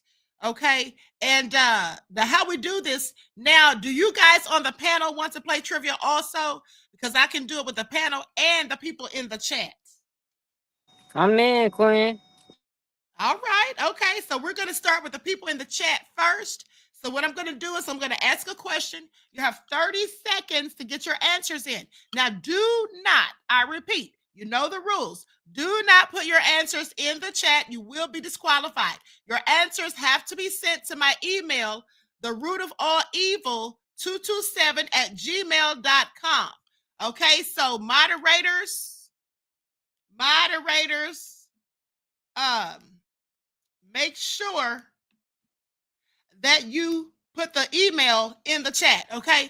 Pencilola said, third time, Queen, you missed the first. Okay, well, thank you, beloved. I appreciate you. Thank you for all your super chats. I certainly appreciate you. Sorry I missed them, beloved. Y'all know the Queen be running her mouth sometimes and not paying attention. Okay, so let's get ready to rum. Oh, I can't say that. I'm glad I caught myself. Y'all, I don't want to get sued, honey. Y'all know that man trademarked that. Okay, so let's get ready to get into it. Okay, so now here's what we're going to do. Now, for the people on the panel, I'm going to ask them a different set of questions because all of them weren't here for the lives. For those of you in the chat, the questions will come from the Betsy Lola said she's petty. I'm petty too, honey, so I get it. Okay. So all of you in the chat, the questions are going to come from the reports that I've reported on this week. Okay, so with that all been said, get ready. And like I said, you're going to have 30 seconds to get your answers in. I'm going to set my little stopwatch here on my phone. Send your answers to therootofallevil227@gmail.com. Now, let me pull up my email real quick.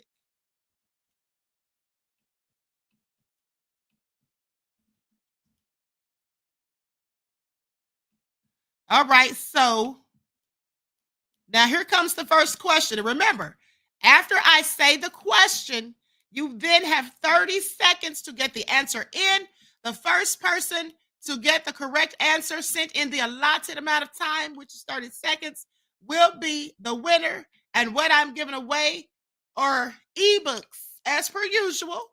Okay, I have several ebooks. Hold on, let me pull those up also. Download those to the computer real quick. So I have several ebooks.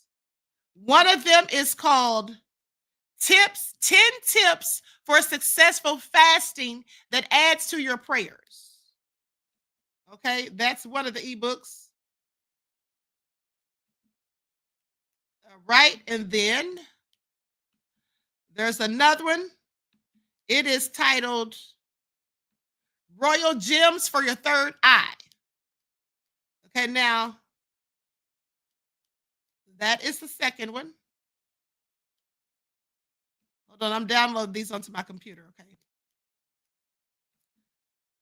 All right, and then the next one is 12 Spiritual Principles. And just for those of you who follow the spiritual channel, the new ebooks will be out in the next week or so. Hopefully by next week. I'm not making any promises because y'all know I'll be a little slow getting things done sometimes. All right. And so those are the 3 ebooks that I'll be giving away. Oh, and this one, I'll give this, I'll save that one. Okay. So with that all been said, let's get into it.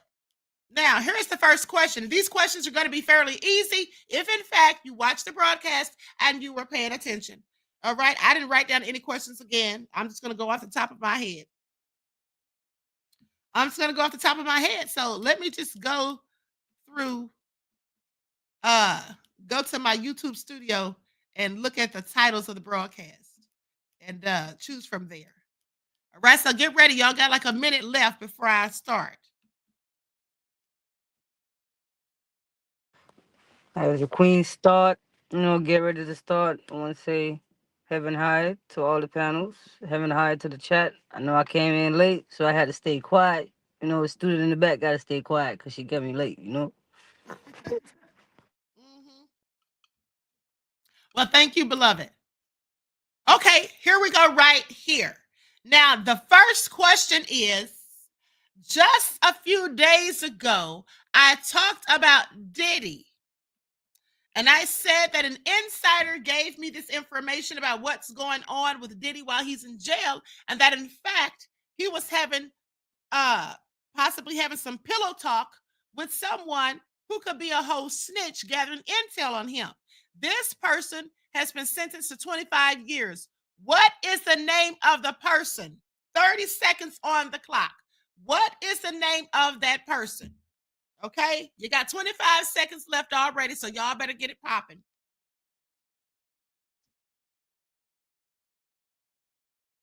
All right, 15 seconds left. That should be very easy because I talked about this person several times. Okay, 5 seconds left.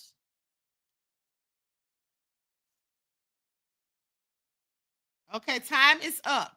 Let me see what y'all got. All right, Dana George, aka Dangerous, has the answer. Dana said Sam Bankman-Fried. That's absolutely correct, and you got it in the allotted amount of time, and you are the first one with the correct answer. Okay, so congratulations, Dana. Congratulations to you. So your ebook is on the way.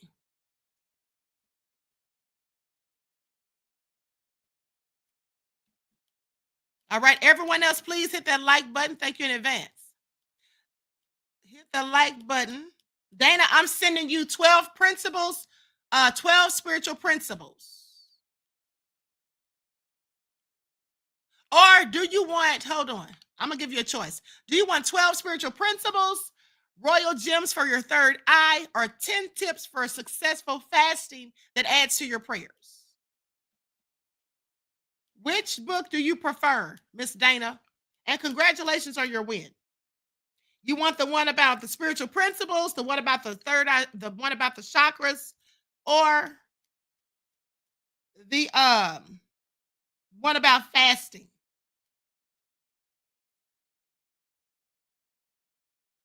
Now, the rest of you guys get ready for the next question because I'm going to ask 3 questions, okay? I'm going to ask 3 more questions and then royal gems for your third eye. Okay, got you, beloved. Okay, it's on the way. All right, so everybody else get ready because here comes the next question.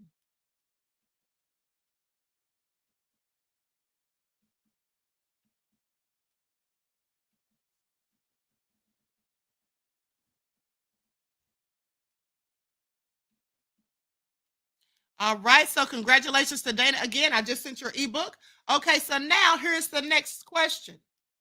Rob said fasted. Okay, Rob, if you win, that's the one I'm going to send you. Now, so I also talked about somebody who says that, I want to ask that question. Hold on. Yeah, I also talked about somebody who said they got snatched up by the feds. Okay, and they basically said that the feds wanted them to snitch. So what did they say that they did? What did they say that they did after they were snatched up and detained? What did they say that they did? Okay, because they went and took some sort of action. What action did they take? 30 seconds on the clock. 30 seconds on the clock. These questions are very easy if only you were paying attention to the broadcast. TC Dan said, I want it all, Queen. TC Dan, sit down somewhere. Okay, 10 seconds left. Mr. Elevation said they said Al Sharpton did it. Okay, time is up. Let me see what y'all have here. Okay, so Alice Childs, congratulations, Alice. You're the winner. Alice said sued. That's exactly what he said he did. He said he went and filed a lawsuit. Okay, and then he showed himself at the clerk's office filing the paperwork. All right, so with that all been said, Alice, which book do you want me to send you? Which book do you want me to send you? Do you want 12 spiritual principles? You can just put spiritual. You don't have to write the whole thing in the chat. You can get the 12 spiritual principles, royal gems for your third eye, or 10 tips for successful fasting. Okay, and of course, like I said, you can just abbreviate it, put something short in there. Just let me know which one you want.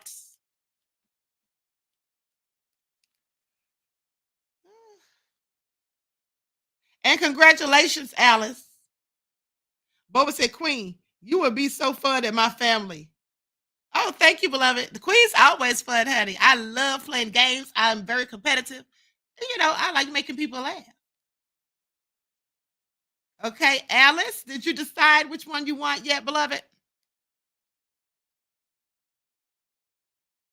Now, the rest of you guys get ready for this next question because we have 2 more questions left, and then we're going to go to the panel for questions.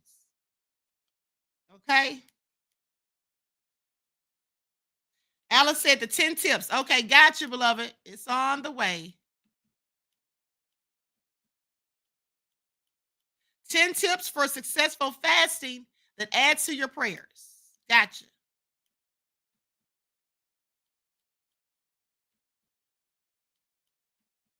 All right, so here is the next question. 2 more questions. If you haven't won anything, don't give up hope. You still have 2 more to go. All right, please pay attention. Now, with that all being said,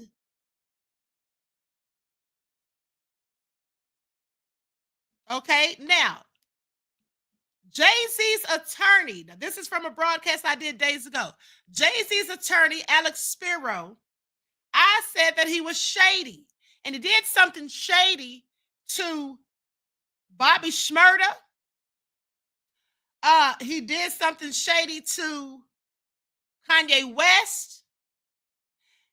And I said he was doing something shady, in my opinion, to one of his current clients. Who is the client that I was talking about? 30 seconds. Who is the client that I was talking about that I said he did something shady to? 30 seconds on the clock.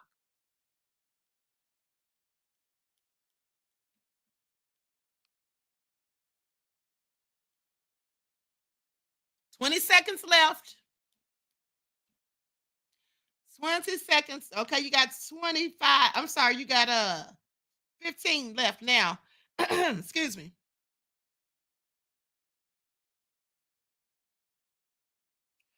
Okay, 5 seconds. Let me see what y'all looking like. Oh, okay, RG Titan. Shout out to you. Time is up, and RG Titan is the winner. And the answer is Eric Adams. Absolutely correct. Now, RG Titan, which book do you want, beloved? Which of the 3 ebooks do you want? Do you want the 12 spiritual principles, royal gems for your third eye, or the 10 tips for successful fasting?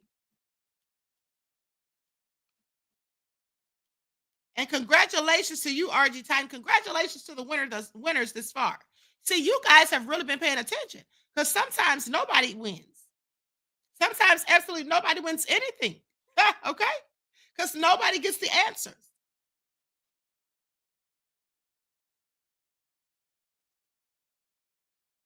Royal gems for the third eye. Okay, got you. It's on the way, beloved.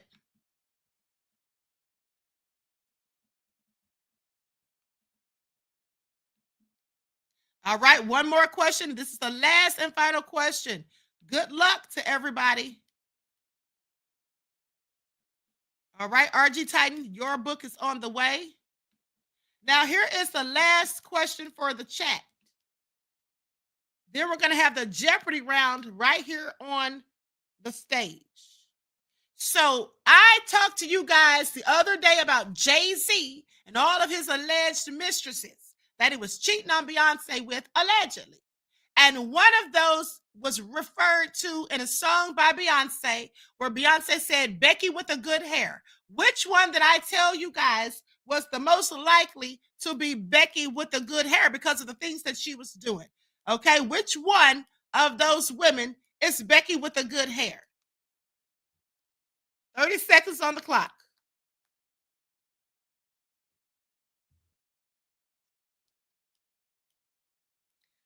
"30 seconds on the clock."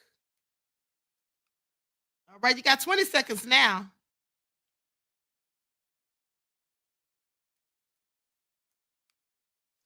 "15 seconds.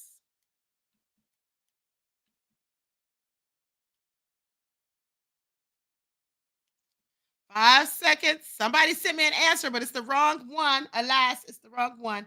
Okay, time is up. Nobody got that one. Somebody said Kathy White. Nope. Kathy White was not one of the people that I even mentioned, even though I have. Everybody said Kathy White. Okay. Oh, wait a second. Reggie got the right answer. Congratulations, Reggie. Reggie said Rachel Roy. That's who it was. That's Dame Dash's ex, the woman who has 2 children with Dame Dash. That's who it was. Rachel Roy. Now, Kathy White, Jay-Z allegedly had something going on with her, but that's the young lady who died some years ago. I think it was in 2010. And in fact, she wasn't one of the choices. These were all Becky. Okay, these women were all Becky's. That means they were non-black. Okay. So with that all being said, Reggie, which one do you want, beloved? Do you want the 12 spiritual principles, royal gems for your third eye, 10 successful tips for fasting that helps with your prayers? Or what's the last one? 12 spiritual principles, royal gems for the third eye. Oh yeah, there was only 3. I'm thinking I had 4. Yeah, so which one do you want, beloved? And congratulations. 10 tips, please. Okay, got you. All right, your ebook is on the way.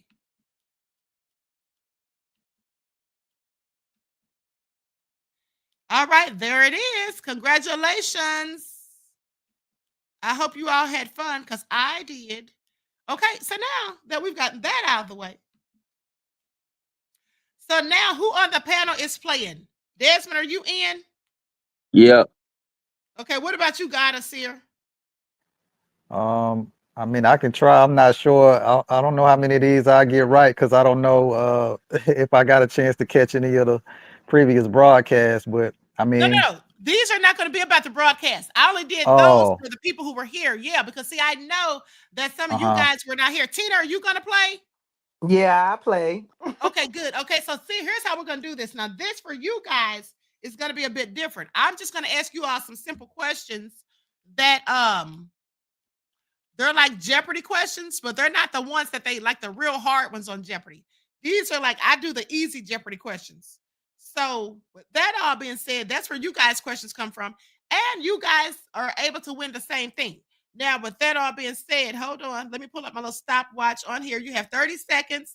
And when you answer, you have to answer in the form of a question, just like they do on Jeopardy. Like if I say, what color is the sky? Then you say, what is blue? Okay, so that's how we're going to do it. Now, let me pull up my little stopwatch here. And the first one to get the correct answer is the winner. Okay, well, actually, with this, we have to keep score. Okay, we have to keep score. So let me write down you guys' names. We got Desmond. We got Tina. We got Hundia. And got a seer. Now, so the first one to get to 5 is the winner. How about that? Or we'll make it 4. First one to get 4 correct is the winner. It's 11:17. All right, we're getting close to the time. We're gonna start playing music after this. Okay, so let me pull up my little Jeopardy music. Now, here is the first question. And remember, the first person who answers the question correctly gets a point. Okay, and you can just blurt out the answer, but you have to say it in the form of a question. All right, now here's the first question.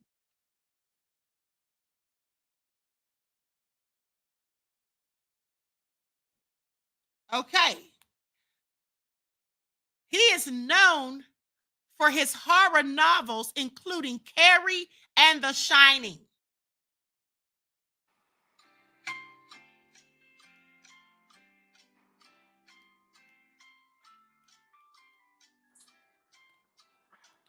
Now, I know y'all know this is too Oh, easy. I What is didn't Stephen know. King? What is Stephen King? I didn't know if we supposed to go in turns or. I don't know how No. I missed that one. Yeah, Desmond got it first. No, you just shout out. I told you guys, just shout it out. If you know the answer, just blurt it out. No, it's not about any time. Just you got to be the first one and have it right, okay? And then you Okay, get the point. So gotcha. just blurt it out. Yeah. So Desmond got that one. All right, shout out to Desmond. Okay, so here's the next question. Okay, who is the author of the Harry Potter series? Oh. Who is the author of the Harry Potter series? What is J.K. Rowling? That's correct. Who said that? Me. Me who? Desmond? Duh. I can tell I wasn't looking at the screen. I thought it was you. Desmond's on a roll. All right. Okay. Here is the next question. Okay, hold on.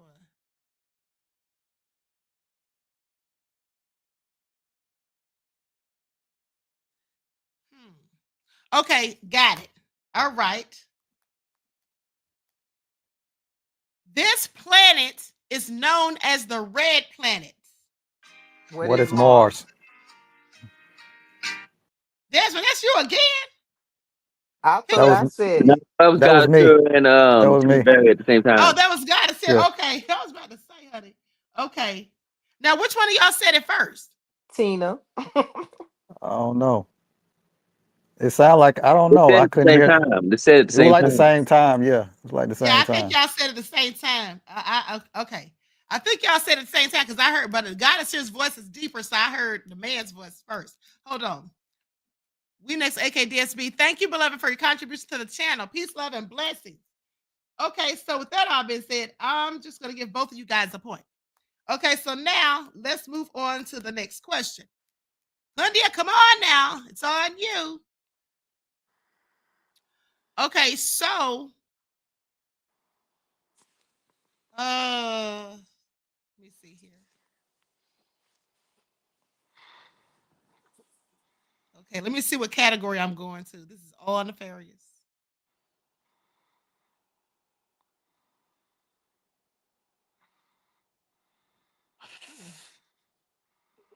Ooh, these questions are getting harder and harder. Hold on. These questions are getting harder and harder. Okay, hold on, honey. Let me just go up and find something a little bit easier because we're not trying to be on real Jeopardy in real life. Okay. Okay, hold on. Let me see here.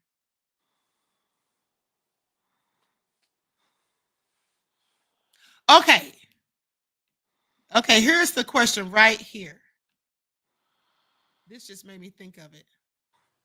I'm gonna ask this question off the top of my head. Okay, so in the movie or the book, The Count of Monte Cristo, who was the star of the show, or who was the person who was thrown into jail?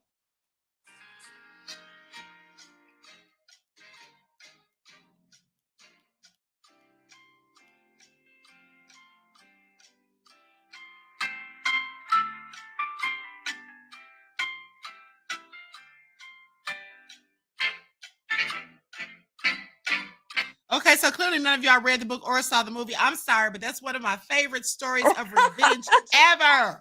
How did y'all not see that movie? I demand that everybody watch it this instant. No, but seriously, y'all should watch that movie. It is so good. The same guy who played in The Passion of the Christ, Jim Caviezel, he played the lead role in that movie. It came out in 2002, The Count of Monte Cristo.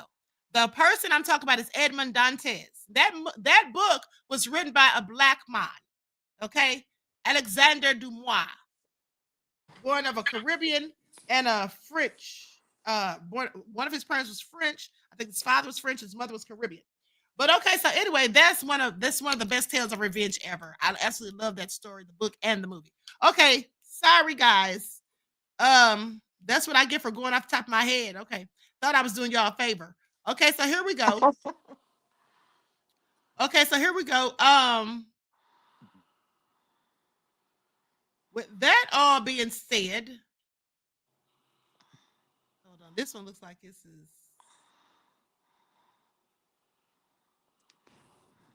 Hold on. Okay, here we go. Right here. I know y'all should know this. The streaming service is known for Stranger Things and The Crown. This streaming service is known for Stranger Things and The Crown. These are shows that's on there. Netflix. Okay, I can What? tell that was Desmond. Okay, Desmond has 3. Okay, yep, it is Netflix. All right. Desmond, clearly you watch a whole lot of TV, so I'm not gonna ask no more questions about TV. That's why you winning. Because I'm asking questions about TV. That's all you do is sit at home and watch TV, apparently, when you're not at work. So no, I'm about to throw a monkey wrench in your whole plan, honey. Pay attention. All right. Pay attention. You think you got the game on lock, but no, honey, I'm about to switch it all the way up. Okay. Please miss me with it. All right. So here we go. Let me switch up the category.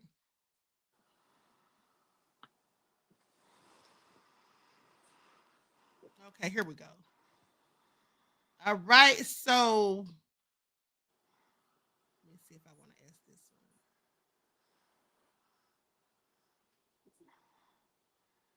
one. Okay. All right.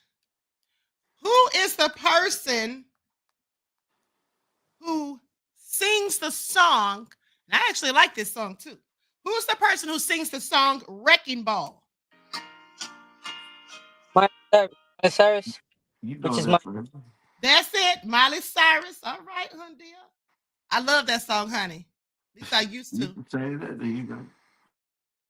What you say, God is here? What? Oh no, that wasn't me.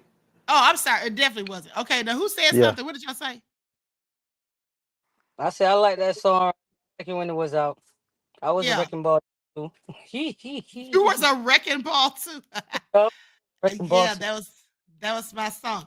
Okay, so let's move it right along. Go to the next one. Okay. I'm having like static in my earphones. That's why I can't hear so good. Okay, now with that all being said, moving right along. All right, here we go. Here's a good one. Who was the winner of the first season of American Idol? Who is Ruben Studdard? Okay, what did y'all say? Ruben Studdard is not the answer. Did somebody else say something else? What is Time's up. Kelly Clarkson? Time's up, Desmond. You out of time. You You dirty. out of luck and out of time. You dirty.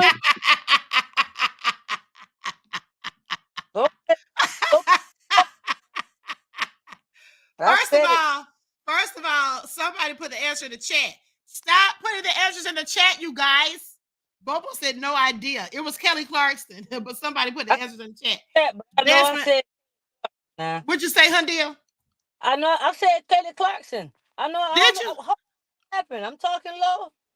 I didn't even hear you. Okay, well, I'm gonna give you the point because I believe you. At the end of the day, You dirty. Oh, I dirty Desmond. Your time was Desmond. By the time I said time was up before you even said it. I'll be ashamed of yourself. I'll be ashamed of yourself. Hold on. Now. I didn't say it. I just talk in my head, and I told. Wait a minute, you didn't say it out loud? I did say it out loud. Oh, okay. I'm like, I thought you said it in your head. I'm like, hold on. Okay. Whoever I said Kelly Clarkson right when he said it. Okay. Yeah. Rob said Queen. Now the hold on. Rob said Queen is now nefariously questioning.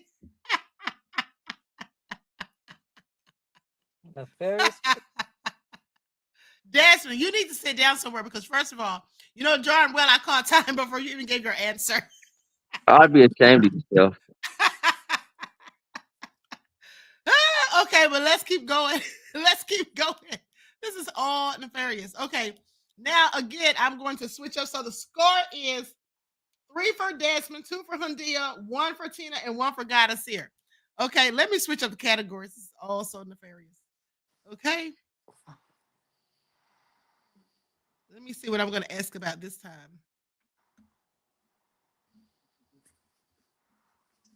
All right, here we go. Now we're going to see what y'all got going on here.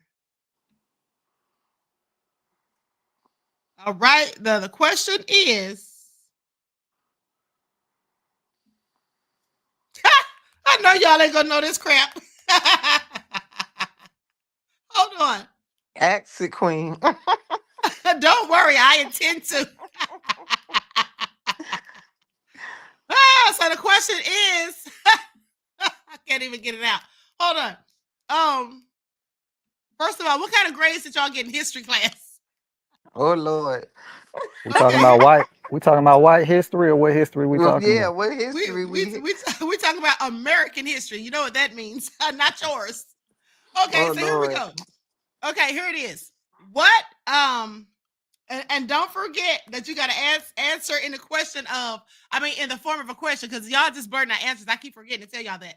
Okay, now I'm Alex Trebek. So here's the question. The United States bought Alaska from which country? What is France? Wrong. Which is What'd you say, Hundia? which is Greenland. Nope. One of them got ice. What is Canada? That's when you already gave the wrong answer. You don't get to keep guessing. What do you think this is? Multiple choice? Like, sit down somewhere. You already said the wrong answer. That means you're out. Okay. You don't get to keep going. You watch Jeopardy on TV, right? No, nobody got it. The answer is Russia. And you know, really, I was gonna say that. I was gonna say that, and I didn't even say it. yeah, you should have said it. Go with your first thought, because that makes sense, because Russia is right there beside Alaska. Okay, so let's move on I to didn't the know next. I know y'all didn't. I figured y'all wouldn't. Okay, so here we go. Here is the next one. Now,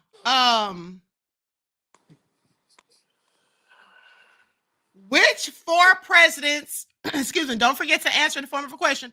Which 4 presidents are on Mount Rushmore? What is Abraham Lincoln? What is George Washington? What is Theodore Roosevelt? And what is George?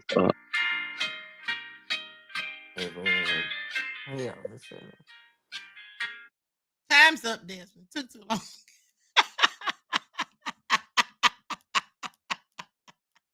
I'm just teasing. What's the last one, Desmond? What's a low down affair yourself? What is Thomas Jefferson? Yep.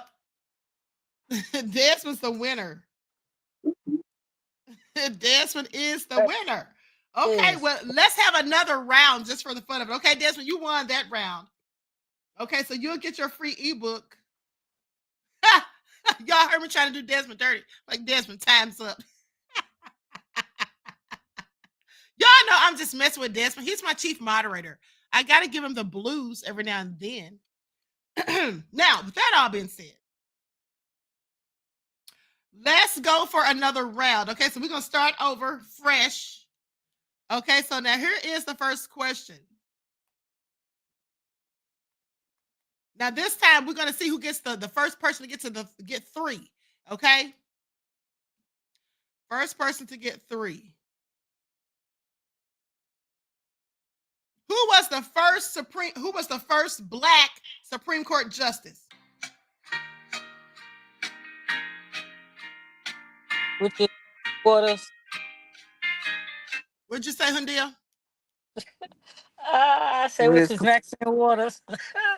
With his Clarence Thomas. Oh my Lord! Oh, y'all are terrible. Somebody give me Clarence Thomas.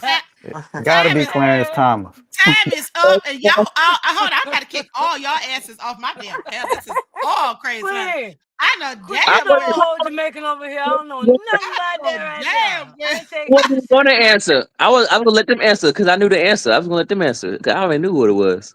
Thurgood Marshall. The hell y'all talking about Clarence Look at Thomas? there. Look at It there. was decades later. Oh, That's Thurgood Des. Marshall, but When you don't said let them What Des, answer. year? Yeah. What when you history were said you Des, guys studying? I am absolutely done. How did y'all miss that? I just knew y'all was gonna get that real quick. Sit up here talking about Clarence Thompson. This is all nefarious. Okay, moving right along. I know what topic to stand with y'all now. Okay, hold on. Let me just go back to my little clock. Hold on. I All said right. Thurgood Marshall though, but I was gonna let them get it because I'm too smart for them. Oh, Anyway, Desmond, please don't toot your own horn. Okay, please sit down somewhere. All right, please sit down somewhere.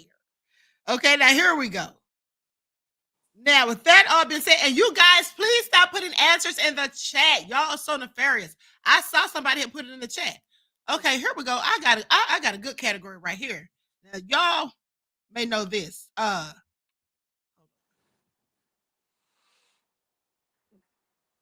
Okay, here we go. Now we're cooking with grease. All right, so let's get into it. Okay.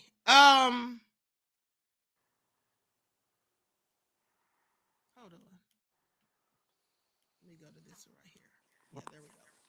All right, so here is the first question.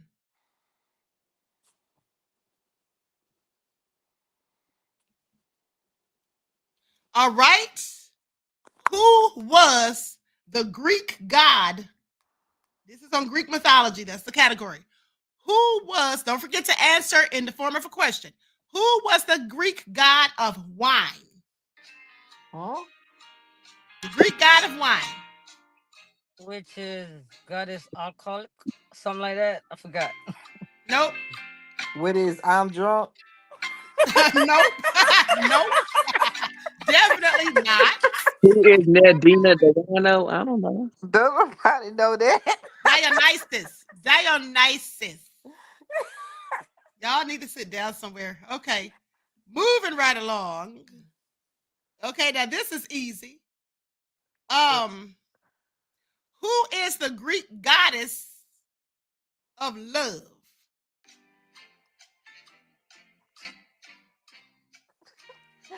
What is Cupid? Hey, you took it out of my mouth. Venus. I'm sorry, Queen.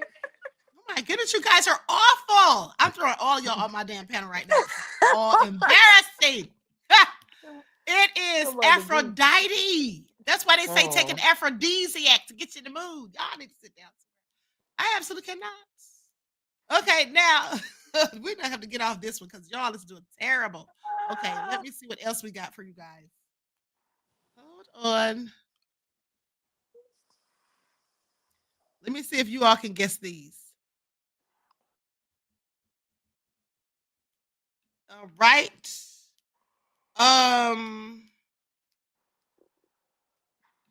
Okay. Here we go. Who is known as the father of Haiti? Huh? What is Zeus? Hold on. Say what now? Who is Zeus? Desmond, I rebuke you in the name of the Father, Son, and Holy Spirit. I know darn well you didn't say no. The father of Haiti. We out of Greek mythology. Oh, okay. Did you even hear the question, or you just try to say something? I heard the question, but I thought you said Greek. I thought we were dealing with Greek No. mythology. My bad. So that's the wrong answer. Does anyone else? Which is Jovenel Moise. Who? Jovenel, that guy that killed them No, day. no, it's Okay. it's Toussaint Louverture. Okay. Okay, so that all been said. What is let me mind my business because I don't know these answers.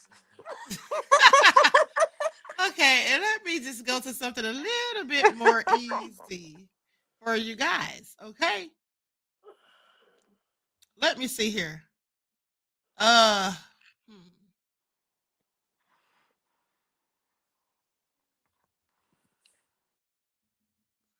hold on. Let me look up some different categories. Okay, here's what we're gonna do. We're gonna go with geography. We're gonna go with geography.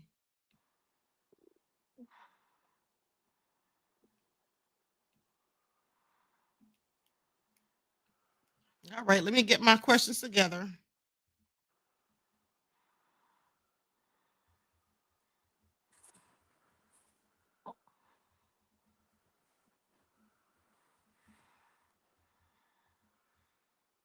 Okay, here we go.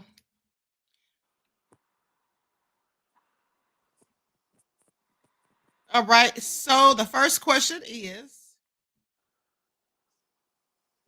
what is the name of the tallest mountain in the world? What is Mount Everest? There you go. That was you, Tina. Yes. All right, Tina got one. She said that pretty fast, too. Yep, it is definitely Mount Everest. Okay. The next question is, where is the Eiffel Tower located? What is Where it? is Paris? Hold on, who said that first? Me. I think we both. What did you say, Des? I said, what is in Paris? What did you say, Tina? Paris or France? I said Paris, which is in Paris, which is Paris. Okay, well, both of y'all right now. Who said it first is the question. Hundia or God of Sarah, can y'all tell me who said it first between Desmond and Tina? I don't know. It was kind of hard to tell. It for me. I kind of heard them both, but I can't really tell myself. Both our Desmond, voice deep, but God has got it. So. Desmond probably cheated. Oh my goodness. You know what? Desmond, your time is up. I'm teasing. In the comments, they saying Desmond said it first. Y'all just like Desmond. Y'all just trying to get in good because he's a moderator. No, I'm just kidding. Okay. So Terry Hinn said Desmond said it first. Dan said it was a tie. I'm just gonna give both of y'all the point. So Tina has 2, Desmond has 1. Okay, now let's keep going. Now that I know Desmond knows about geography, let me just get another topic. No, I'm just joking. Desmond, you know I'm just joking with you, right? Okay, so that all being said, let me see here. Oh, I got it.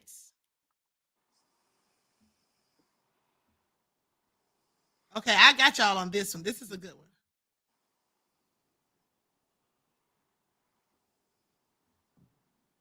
Hold on. Who starred in the? I shouldn't even ask nothing about movies because then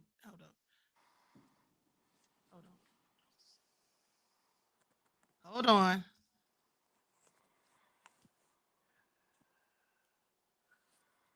Okay, here we go.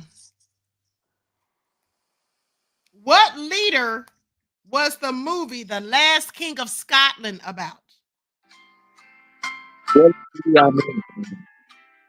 I'm sorry, say what? What is who is Edie Amin? All right, Desmond has 2, Tina has 2. All right, very good, Desmond. Despite all my efforts to stump you. And I hadn't watched that movie. I just remember what it was called. Okay, so don't brag. Now I'm really gonna try to get hard. Hold on, you better get on my damn nerves. Okay, next question. Okay, what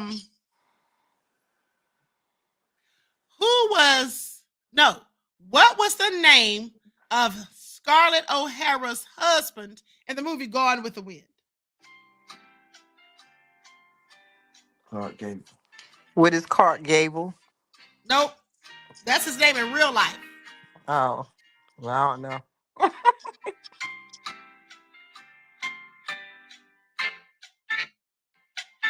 Nobody knows? Rhett Butler.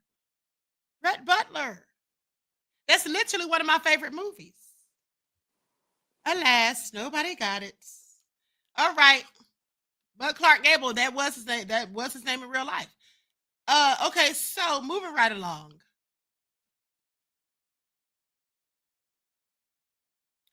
Okay, in the movie The Wizard of Oz,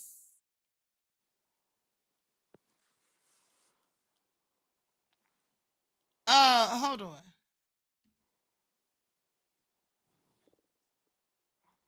Okay, in the movie The Wizard of Oz, the young lady who played Dorothy was Judy Garland. How did she die?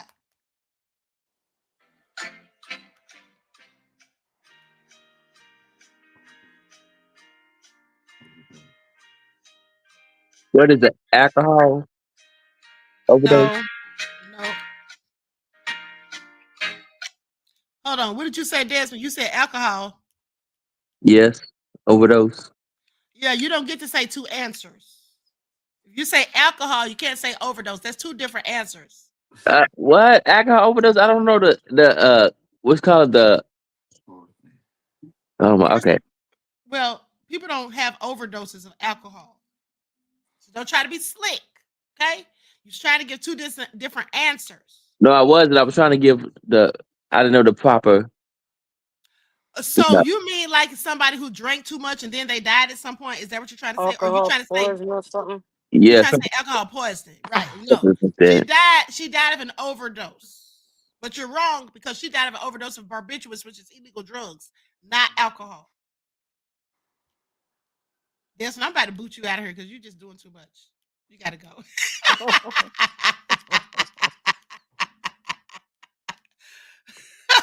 You can mess with Desmond. Okay, with that all being said, that was a good guess though, Desmond.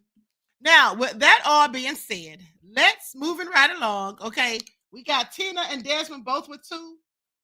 Okay, we got Goddess here and Hundy are not on the board yet. Now we're trying to get to 3, so y'all just need one more. Now, Desmond and Tina. Now, with that all being said, here is the next question. Desmond, what was your least favorite subject in school? So I can add something about that. Man. Hold on. I'm teasing. Hold on.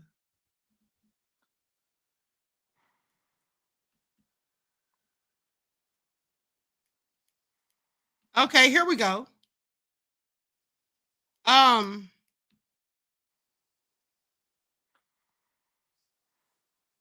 What is the chemical symbol? We're going by the periodic chart, right? What is the chemical symbol for gold?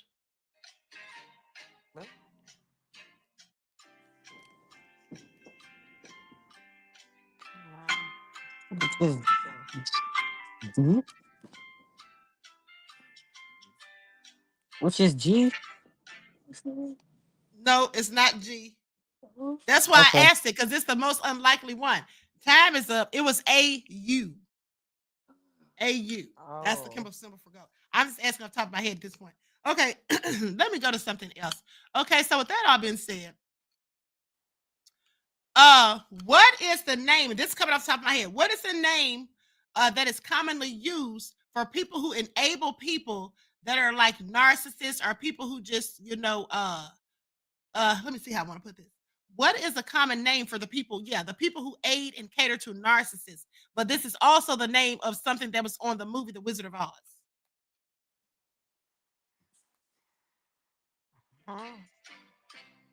What is coward? Nope. Can you? What is the straw man? I'm confused about the question. Hold on. This is all nefarious. Let me see here. Let me just cut the music. Okay, well, they're called flying monkeys. Oh. Oh wow. We Get wouldn't that. have never got that. Yeah, I was trying to tie that together. I was like, okay. Okay, I'm sorry. I thought everybody knew that. I mean, that's Wait a I mean, minute, well, flying monkeys are enablers? I'm confused. yeah, like with narcissists. Okay. Oh. Narcissists, flying monkeys. Narcissists enjoy having at least one monkey on their team. So these people who help and enable them, supply and do what they want, and just yes, man, just give them yes all the time. Okay. That's what we call. They're enablers. Call them flying monkeys. Okay, so let's keep going. All right, we got 13 minutes to the countdown.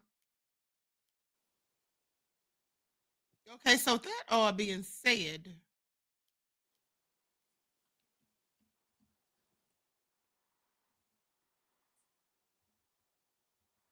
I got one for y'all. I got one for you guys. Hold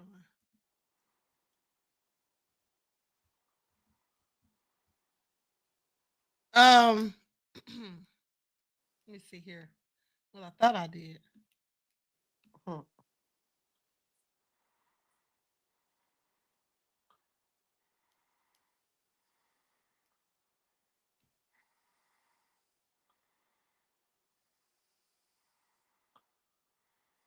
Oh, I got one. Okay. Yeah, here's a good one. All right. So that all being said, in the Roman, I want to ask this. Hold on. In the trying to figure out how I want to say this. Okay, in the early Roman calendar, which day did they designate as the first day of the year?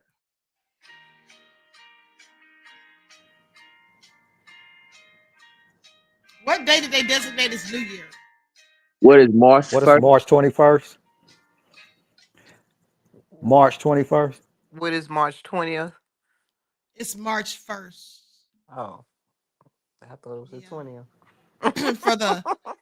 for the early Roman calendar, it designated March the 1st as the first day of the year. Calendar also only had 10 months beginning with March. Yeah, that changed over the years. Right. Yeah. First of all, Desmond, I know darn well you Googled that answer. No, I didn't. Guessed it. No, I didn't. I just guessed it. No. I didn't Google it. I didn't. I swear I didn't. Absolutely. Well, I saw you with my third eye Googling ever so quick. guys, why you being a hater? Queen is actually hating. Oh my gosh, she's hating. Why are you hating?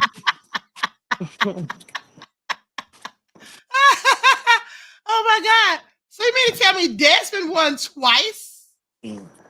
Oh, this is defamation. It's Okay, okay, so Desmond. congratulations, Desmond. I'm gonna I give. thought Desmond said the 21st.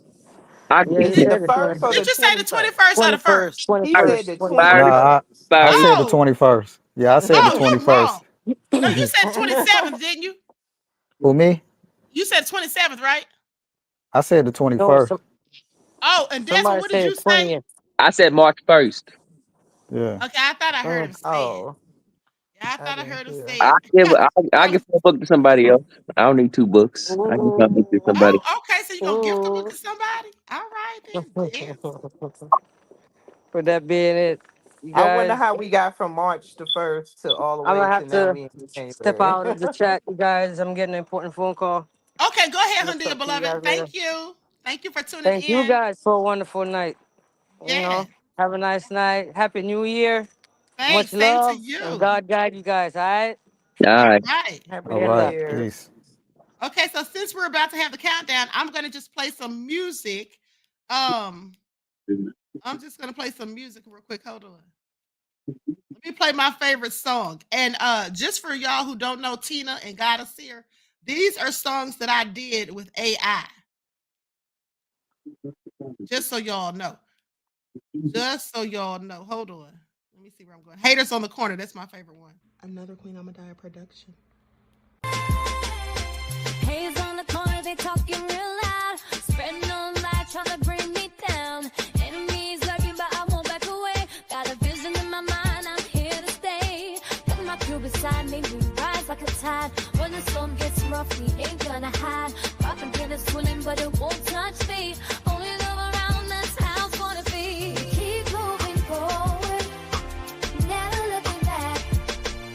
The truth's in the power, it's an unstoppable track. In the city lights where dreams collide, we hustle through the night, fire in our stride. Whispers in the dark can't dim my glow. With rhythm in my soul, I'm ready for the show. We break the chains, rewrite the rules in this concrete jungle where nobody's fools. Unity sings louder than the lies they scheme. In the heart of the struggle, we dare to dream. Keep moving forward, never looking back. The truth's in the power, it's an unstoppable track. Another Queen Amadaya production. Haze on the corner, they talking real loud. Spreading on light, trying to bring me down. Enemies lurking, but I won't back away. Got a vision in my mind, I'm here to stay. Got my crew beside me, we rise like a tide. When the storm gets... Okay, so now let's have some fun at Diddy's expense. That's always good. Hold on. Hey, Go to Queen. my... Peace. Yeah, go ahead, Yeah, beloved. yeah. No, I was gonna say I'm gonna have to cut out, but it was good. Yeah, Hopping in thank with you. you. Yeah. Okay, Yeah, I thank you can't. for tuning in. Okay, cool. Yeah, I can't stay for the Diddy party. I gotta go. But I catch it. Okay, beloved, listen, I I'll catch. talk to you, okay? Because we got to get Okay. together for the radio show. Yeah, we will. I'll be in touch. Okay, Yeah. all right. Talk to you later. All right. Peace. All right, y'all. Let's go in on Diddy. Hold on. Difficult to reflect on the darkest times in your life. Sometimes you got to do that. I was fucked up, fucked up, fucked up, fucked up. I was fucked up, fucked up, fucked up, fucked up. I was fucked up, fucked up, fucked up, fucked up. I was fucked up, fucked up, fucked up. When I did it, I was fucked up, fucked up, fucked up, fucked up.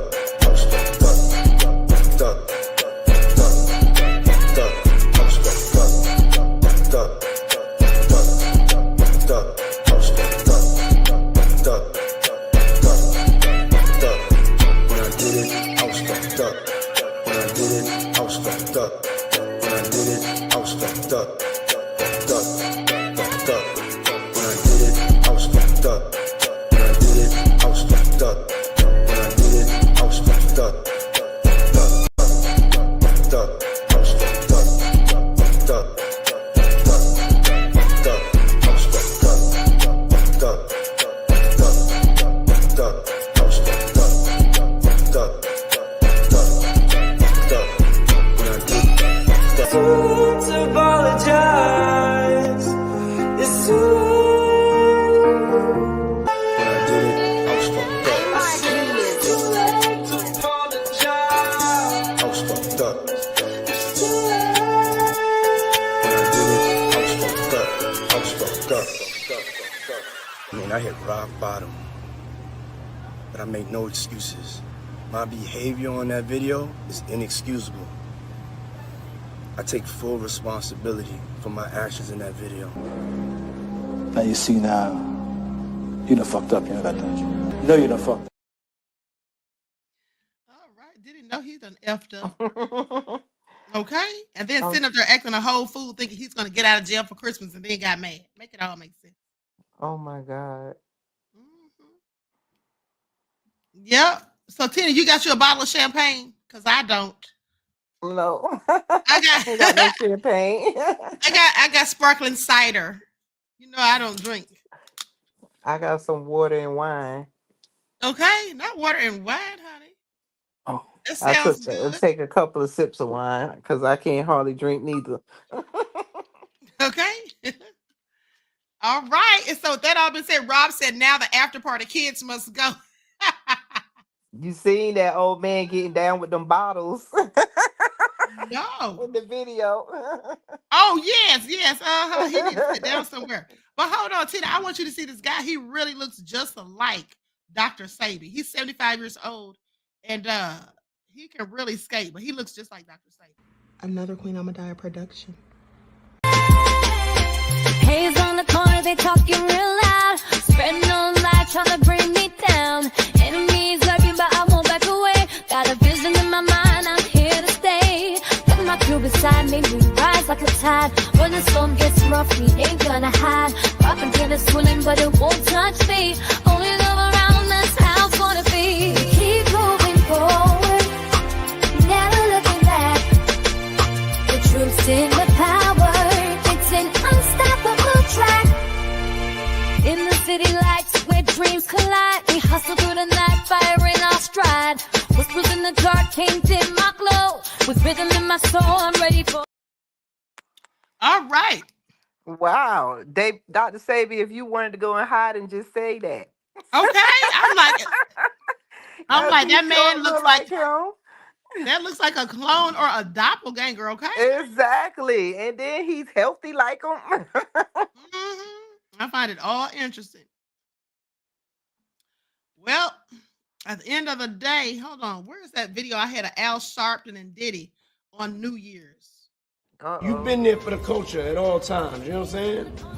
Gotta be, and that's why I'm so proud of you, because black. Miami! What is it? How many seconds? 10, 9, 8, 7, 6, 5, 4, 3, 2, 1. Happy New Year! Woo! Woo! Woo! You see the fireworks, baby? Woo! Yeah! Happy New Year! If it's gonna be your year, scream yeah! Fire in our stride, whispers in the dark can't dim my glow. With rhythm in my soul, I'm ready for the show. We break the chains, rewrite the rules in this concrete jungle where nobody's fools. Unity sings louder than the lies they scheme. In the heart of the struggle, we dare to dream. Keep moving forward, never looking back. The truth's in the power. It's in. Now, Elle doesn't have anything to say for Diddy. Isn't that awful? Nothing. Probably already snitched on him to the feds, as far as we know. No, he's nothing but a snitch, honey. I'm serious. He probably has. I believe. That's why he done lost all that weight, giving himself away to this for snitching. What's going on, Diddy? Why's my name getting brought into all these allegations with you? Because if I gotta go down, then someone else is gonna go down. And then we're gonna go down on each other. That's that freaky shit that got you in here, Diddy. You know I didn't do this, son. Doesn't matter if you did or didn't. All I have to do is bring up stuff from forever ago. Like your relationship with Aaliyah or your friendship with R. Kelly. And then no one will believe anything you say. Ha! Ha ha ha ha ha! Shit, I gotta get a lawyer. Puffy, it is I, super gay wad Leo DiCaprio. I'm here for our conjugal visit. Now do me while I complain about the climate crisis. On first. So happy New Year, everybody. I love you all. I hope you enjoy New Year's. Happy New Year's. Happy New Year. Thank you all for bringing in the New Year with the Queen. I hope you all enjoyed yourselves. Okay, and I will see you all later on with your, I don't know about your morning vitamins, but I will be on here. Okay? All right. So everybody enjoy the rest of this night. Y'all have a blessed night. Absolutely. TC Dan sent a super sticker. Thank you, TC Dan, beloved. Peace, love, and blessings. All right. So good night, everybody. I love you all. Enjoy yourselves. And don't forget to make your New Year's resolution, even though most of y'all are not going to keep them. All right. Most of y'all are not even going to keep them, but try anyway. Let's go into this new year with a positive mindset, trying to elevate and evolve and trying to be positive and also, you know, trying to accomplish our goals that we set forth for ourselves. And don't let the haters hold you back and don't listen to the naysayers. Move on and move forward and be high vibrational and accomplish your goals and dreams and know that you can do whatever you put your mind to. Okay, whether you think you can or you can't, you're absolutely right. So that all being said, I love you all to life. Each one teach one. That's how we grow and thrive. Do something productive, constructive, but never destructive. Always remember, beloveds, to keep the Most High first in your lives.